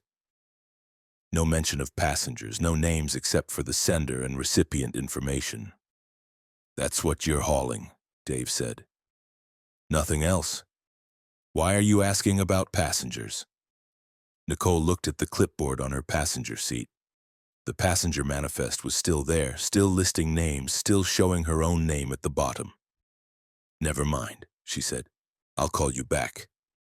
She hung up and picked up the clipboard again. This time she read the names more carefully. Some had dates next to them.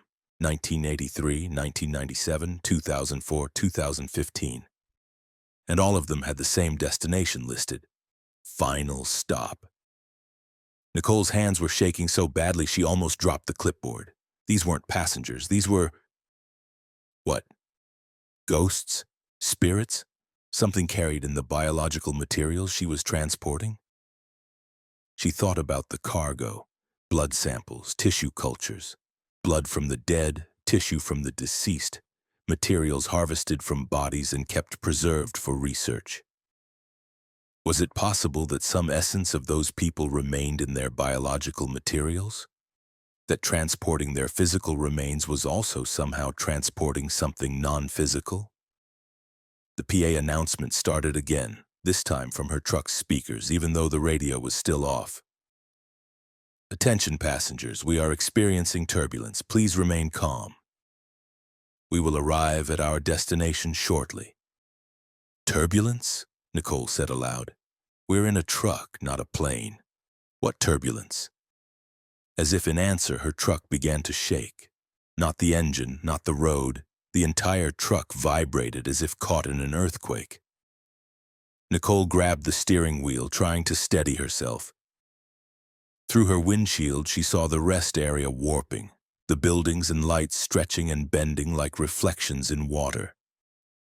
The pavement beneath her truck rippled, and for a horrifying moment she felt like she was falling or rising or moving in some direction that had no name. Then everything stabilized, the shaking stopped. The rest area looked normal again. But when Nicole checked her GPS, the location had changed. She was no longer at a rest area between Wilmington and Baltimore. According to the GPS, she was at mile marker 138 on I-95 near Fredericksburg, Virginia, over 100 miles south of where she'd stopped. Nicole looked at her truck's clock, 11:47 p.m. She'd lost nearly an hour and somehow traveled 100 miles without driving. The fuel gauge showed she'd used fuel, the odometer showed additional miles, but she had no memory of covering that distance. The voices from the trailer had stopped. Nicole got out and approached the rear doors again, listening. Silence.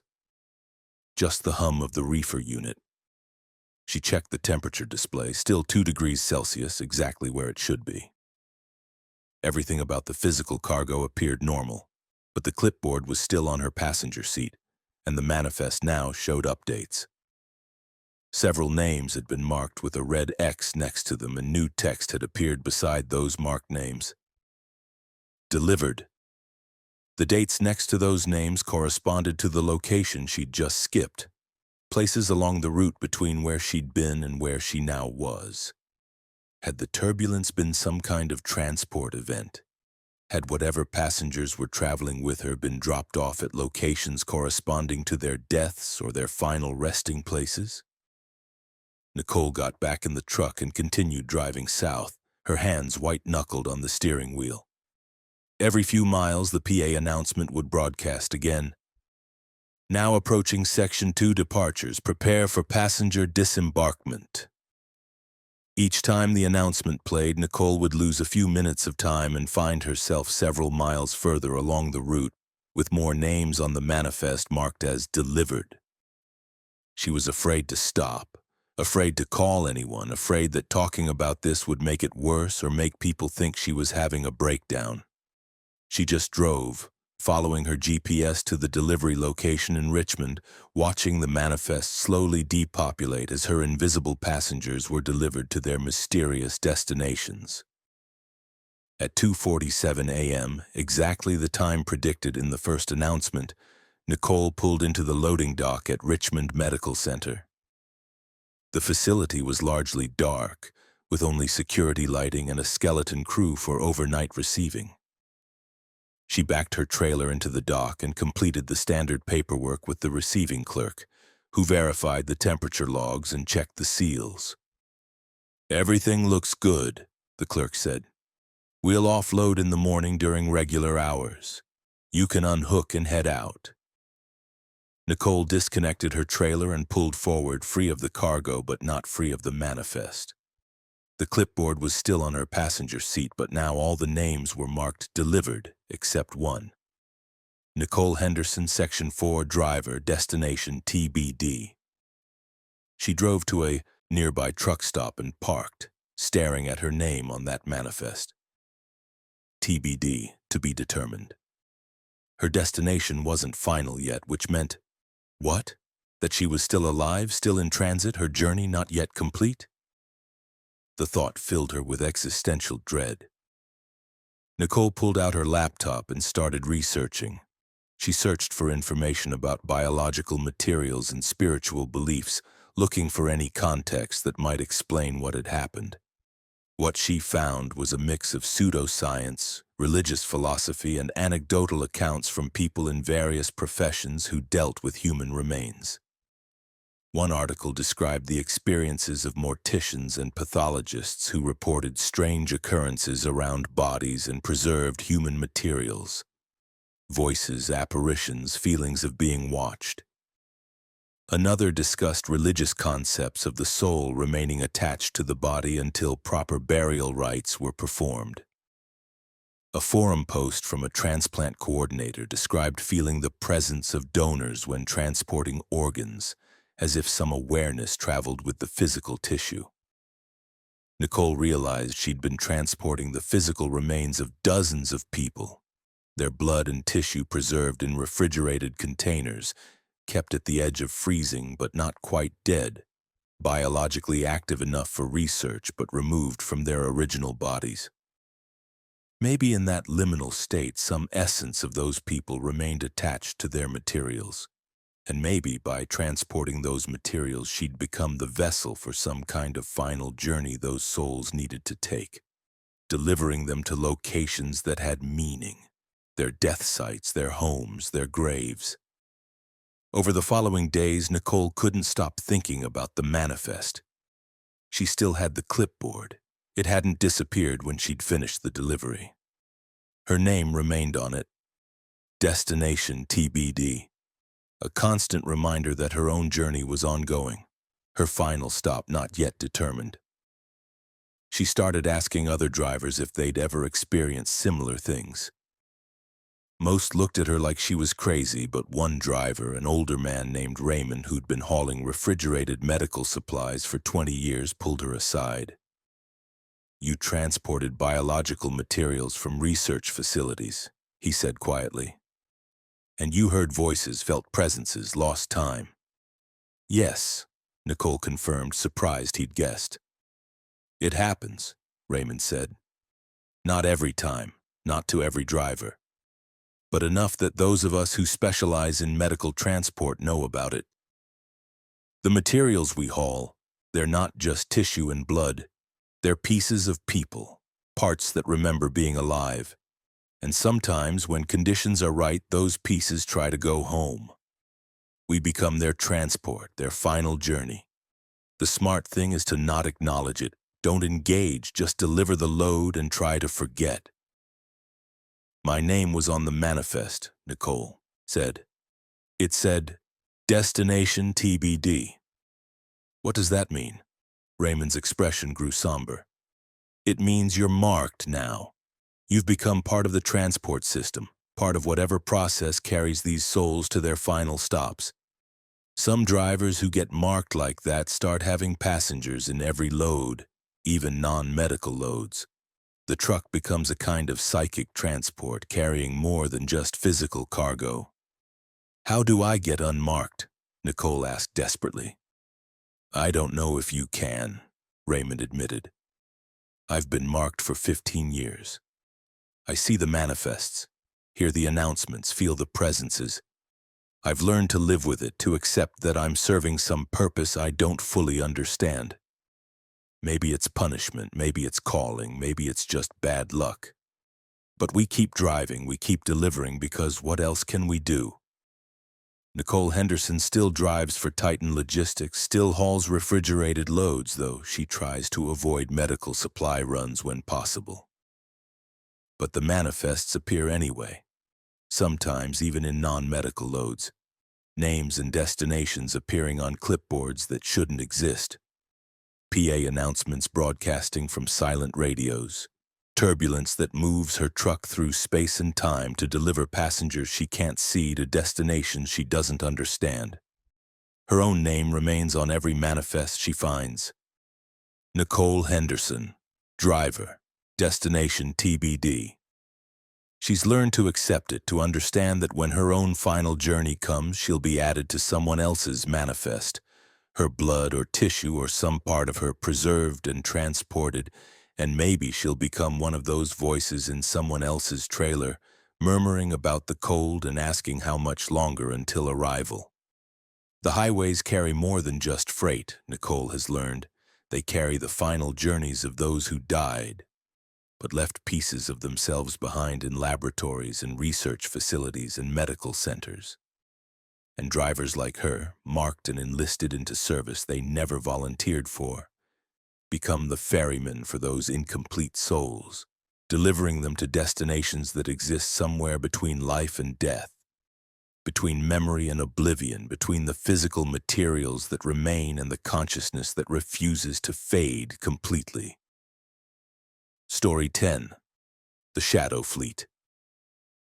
Vincent Parker had been an owner-operator for 21 years, proud of his independence and his pristine Peterbilt 309, which he'd customized and maintained to perfection. On December 22, 2017, he was hauling Christmas merchandise from a distribution center in Phoenix, Arizona to Los Angeles, California, racing against time to deliver before the holiday rush peaked. He departed Phoenix at 3:00 p.m., planning to drive through the night and arrive by early morning. The route took him west on Interstate 10 through the California desert, a drive he'd made countless times. As evening fell and darkness settled over the landscape, Vincent activated his LED lights, the custom lighting package he'd installed that outlined his truck in blue and white, making his rig visible and distinctive. He was proud of those lights, had spent good money on them, and they made him feel safer on dark highways. Around 9:30 p.m., somewhere between Desert Center and Indio, Vincent noticed another truck in his mirrors. It was about a quarter-mile back, matching his speed of 65 miles per hour. The truck appeared to have similar custom lighting, blue and white LEDs outlining its frame. Vincent smiled, appreciating a fellow driver with good taste in truck modifications. But as he watched, he realized the other truck's lights were exactly like his. Not just similar, but identical in pattern, brightness, and placement.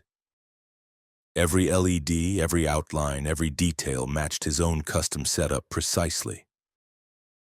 Vincent had designed that lighting himself, a unique configuration. The odds of another driver having the same exact pattern were essentially zero. He tapped his brakes slightly, testing whether the other truck would close the distance or maintain the gap.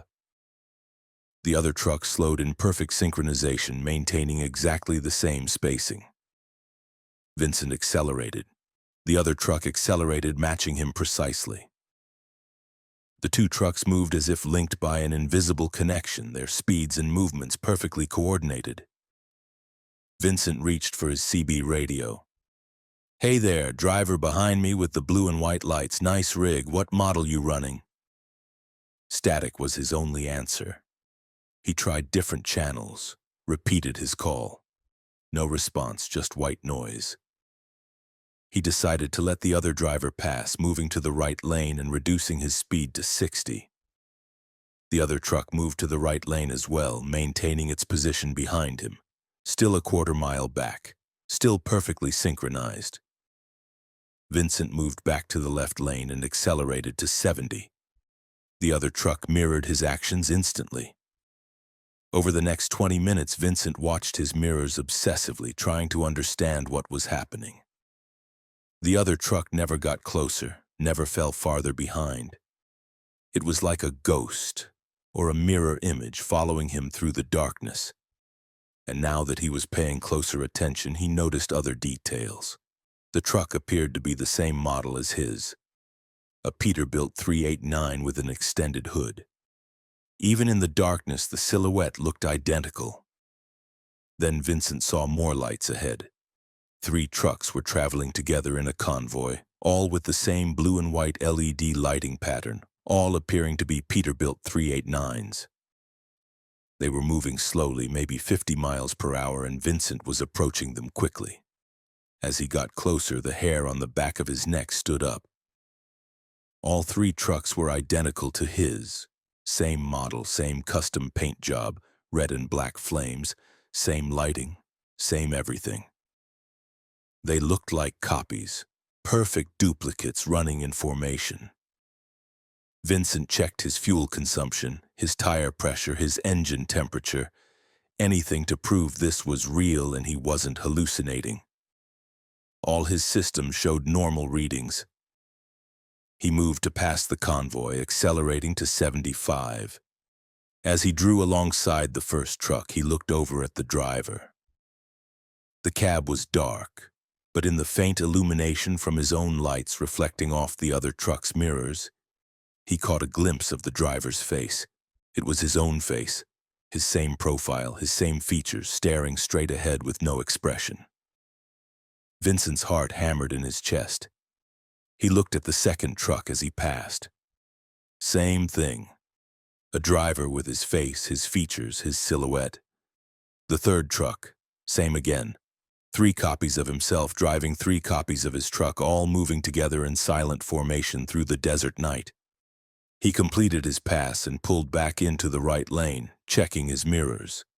The 3-truck convoy was behind him now, maintaining steady speed. And farther back, the original single truck was still there, still maintaining its quarter-mile distance. 4 copies of his truck now, or 5 counting his own. Vincent felt like he was losing his mind. His phone rang, his wife Julia calling for their nightly check-in. Vincent answered, his voice shaky. "Julia, I need you to listen. Something weird is happening. I'm seeing trucks that look exactly like mine, and I think I saw drivers who look like me." "Vince, are you okay?" Julia's voice was concerned. "You sound stressed. Maybe you should pull over and rest." "I'm not tired, I don't know what I am. I just need you to confirm something. Describe my truck to me, the paint job, the lights, everything." Julia sounded confused but complied. Red and black flames on the cab and hood. Blue and white LED lights all around, custom chrome grille, extended hood. The decal on the door says Parker Express with your name. "Why are you asking me this?" "Because there are 5 trucks out here that match that exact description, and I'm only driving one of them." A long silence. Then Julia said carefully, "Vince, honey, I think you need to stop driving. You might be experiencing some kind of exhaustion hallucination. Please pull over at the next stop." Vincent knew how it sounded, but he also knew what he was seeing was real. "I'll be fine. I'll call you back when I get through this." He hung up before she could argue and focused on the road ahead. More lights appeared in the distance. Another convoy, this one with 7 trucks, all identical to his. They were spread across both lanes, moving at about 45 miles per hour, forcing Vincent to slow down. As he approached, they arranged themselves in a precise formation. 3 trucks in the left lane, 4 in the right, creating a moving wall that prevented him from passing. Vincent tried to find gaps, opportunities to squeeze through. But every time he moved toward a space, the formation shifted to close it off. The trucks moved with perfect coordination, as if controlled by a single consciousness, working together to keep him contained behind them. He grabbed his CB again, cycling through all the channels, desperate to reach someone. On channel 13, he finally heard a voice. His own voice, multiple versions of it overlapping. "Join us. Stop fighting. Accept the fleet." "Who are you?" Vincent shouted into the microphone. "What do you want?" "We are the Shadow Fleet," the voices responded. "We are the echoes of every journey never completed, every driver who didn't make it home, every truck that became a tomb." "You're close to joining us, Vincent, so close. Just let go, close your eyes, drift off the road, it'll be quick." Vincent's blood ran cold. This wasn't about copying his truck, this was about killing him. The Shadow Fleet was trying to cause an accident, trying to make him join whatever collective of dead or missing drivers it represented. He looked at the convoy ahead, at the trucks boxing him in, and understood. Every one of those trucks probably represented a real driver who died on this stretch of highway. Their final moments somehow captured and replayed endlessly by whatever force created the Shadow Fleet. He checked his fuel gauge. Half a tank, plenty to reach Los Angeles. He checked his GPS, still 60 miles to his exit. If he could survive for 60 miles, stay awake and alert and resist whatever hypnotic influence the Shadow Fleet was exerting, he might make it out of this desert and reach civilization. But the Shadow Fleet wasn't going to make it easy. The convoy ahead slowed to 35, then 30, then 25 miles per hour. Vincent had no choice but to slow with them or ram into their rear bumpers. He slowed, his truck crawling along the highway at a speed that was dangerous for a truck fully loaded. Behind him, the other trucks closed in, reducing the gap from a quarter mile to 50 yards, 30 yards, 20 yards. He was boxed in completely now. 7 trucks ahead, 4 behind, all identical to his truck, all moving in perfect synchronization. If he tried to speed up, they'd match him. If he tried to stop, they'd probably rear-end him. He was trapped in this rolling prison, forced to crawl across the desert at a dangerously slow pace. Vincent's eyes were burning from staring at the trucks ahead, his hands aching from gripping the steering wheel. The monotony was hypnotic. The same view in every direction, his own truck duplicated a dozen times, the darkness outside offering no reference points, no variation. He understood the strategy. The shadow fleet was trying to bore him into micro-sleep, into those fatal few seconds when his eyes would close and his truck would drift off the road. He rolled down his window, letting frigid, desert air blast into the cab. He turned his radio up loud, selected the most aggressive rock music in his playlist, and forced himself to sing along, using the activity to stay engaged.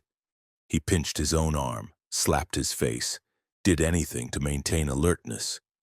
At some point, he couldn't say exactly when, the trucks ahead started to change. Their lights flickered and dimmed, their shapes becoming less distinct, as if they were fading or becoming transparent. Vincent squinted, trying to see clearly. The trucks were still there, still maintaining formation, but they looked less solid now, more like projections or holograms. He glanced at his GPS. 5 miles to his exit, the junction where Interstate 10 met Highway 111 leading into Palm Springs. The city lights were visible on the horizon, a glow of civilization in the darkness. 4 miles, 3 miles, 2 miles. The shadow fleet trucks were definitely fading now, their outlines barely visible. Vincent could see the road through them, could see stars visible through what should have been solid trailer walls. They were disappearing, returning to whatever realm they'd come from. Their window of influence closing as he approached the exit. 1 mile. The lead trucks were almost completely transparent now, ghost images that barely disturbed the air. Behind him, the following trucks had dropped back, maintaining greater and greater distance. Vincent took his exit at exactly 11:45 p.m., pulling off Interstate 10 onto Highway 111, escaping the desert and entering the outskirts of Palm Springs. The moment his tires left I-10, the shadow fleet vanished completely. One moment they were there, faint but visible, and the next moment the highway was empty. Just Vincent, alone, driving through the warm sodium vapor glow of city streetlights. He pulled into the first truck stop he saw and parked, his entire body shaking with adrenaline aftershock.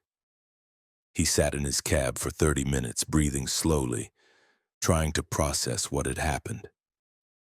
Other trucks were parked around him, normal trucks, different makes and models, nothing duplicated. He could hear normal sounds, air brakes, refrigeration units, distant conversations. Real, physical, normal. Vincent called Julia back. "I'm okay," he said before she could speak. "I'm in Palm Springs, I'm safe. I saw something out there in the desert, but I made it through." "What did you see?" Julia asked, her voice tight with worry. Vincent hesitated. How could he explain the shadow fleet, the duplicate trucks, the voices telling him to join them? "I'll tell you when I get home," he said finally. "I don't think I can explain it over the phone, but I'm all right. The truck is fine. I'll finish the delivery and head home." He completed his delivery to Los Angeles the next morning and returned to Phoenix. But he couldn't stop thinking about the shadow fleet. He started researching accidents on that stretch of Interstate 10 between Desert Center and Indio. What he found was disturbing. Over the past 30 years, more than 60 truck drivers had died in single-vehicle accidents on that stretch. Trucks leaving the road for no apparent reason, drivers found dead with no evidence of mechanical failure, medical emergency or external cause. Just trucks drifting off into the desert as if the drivers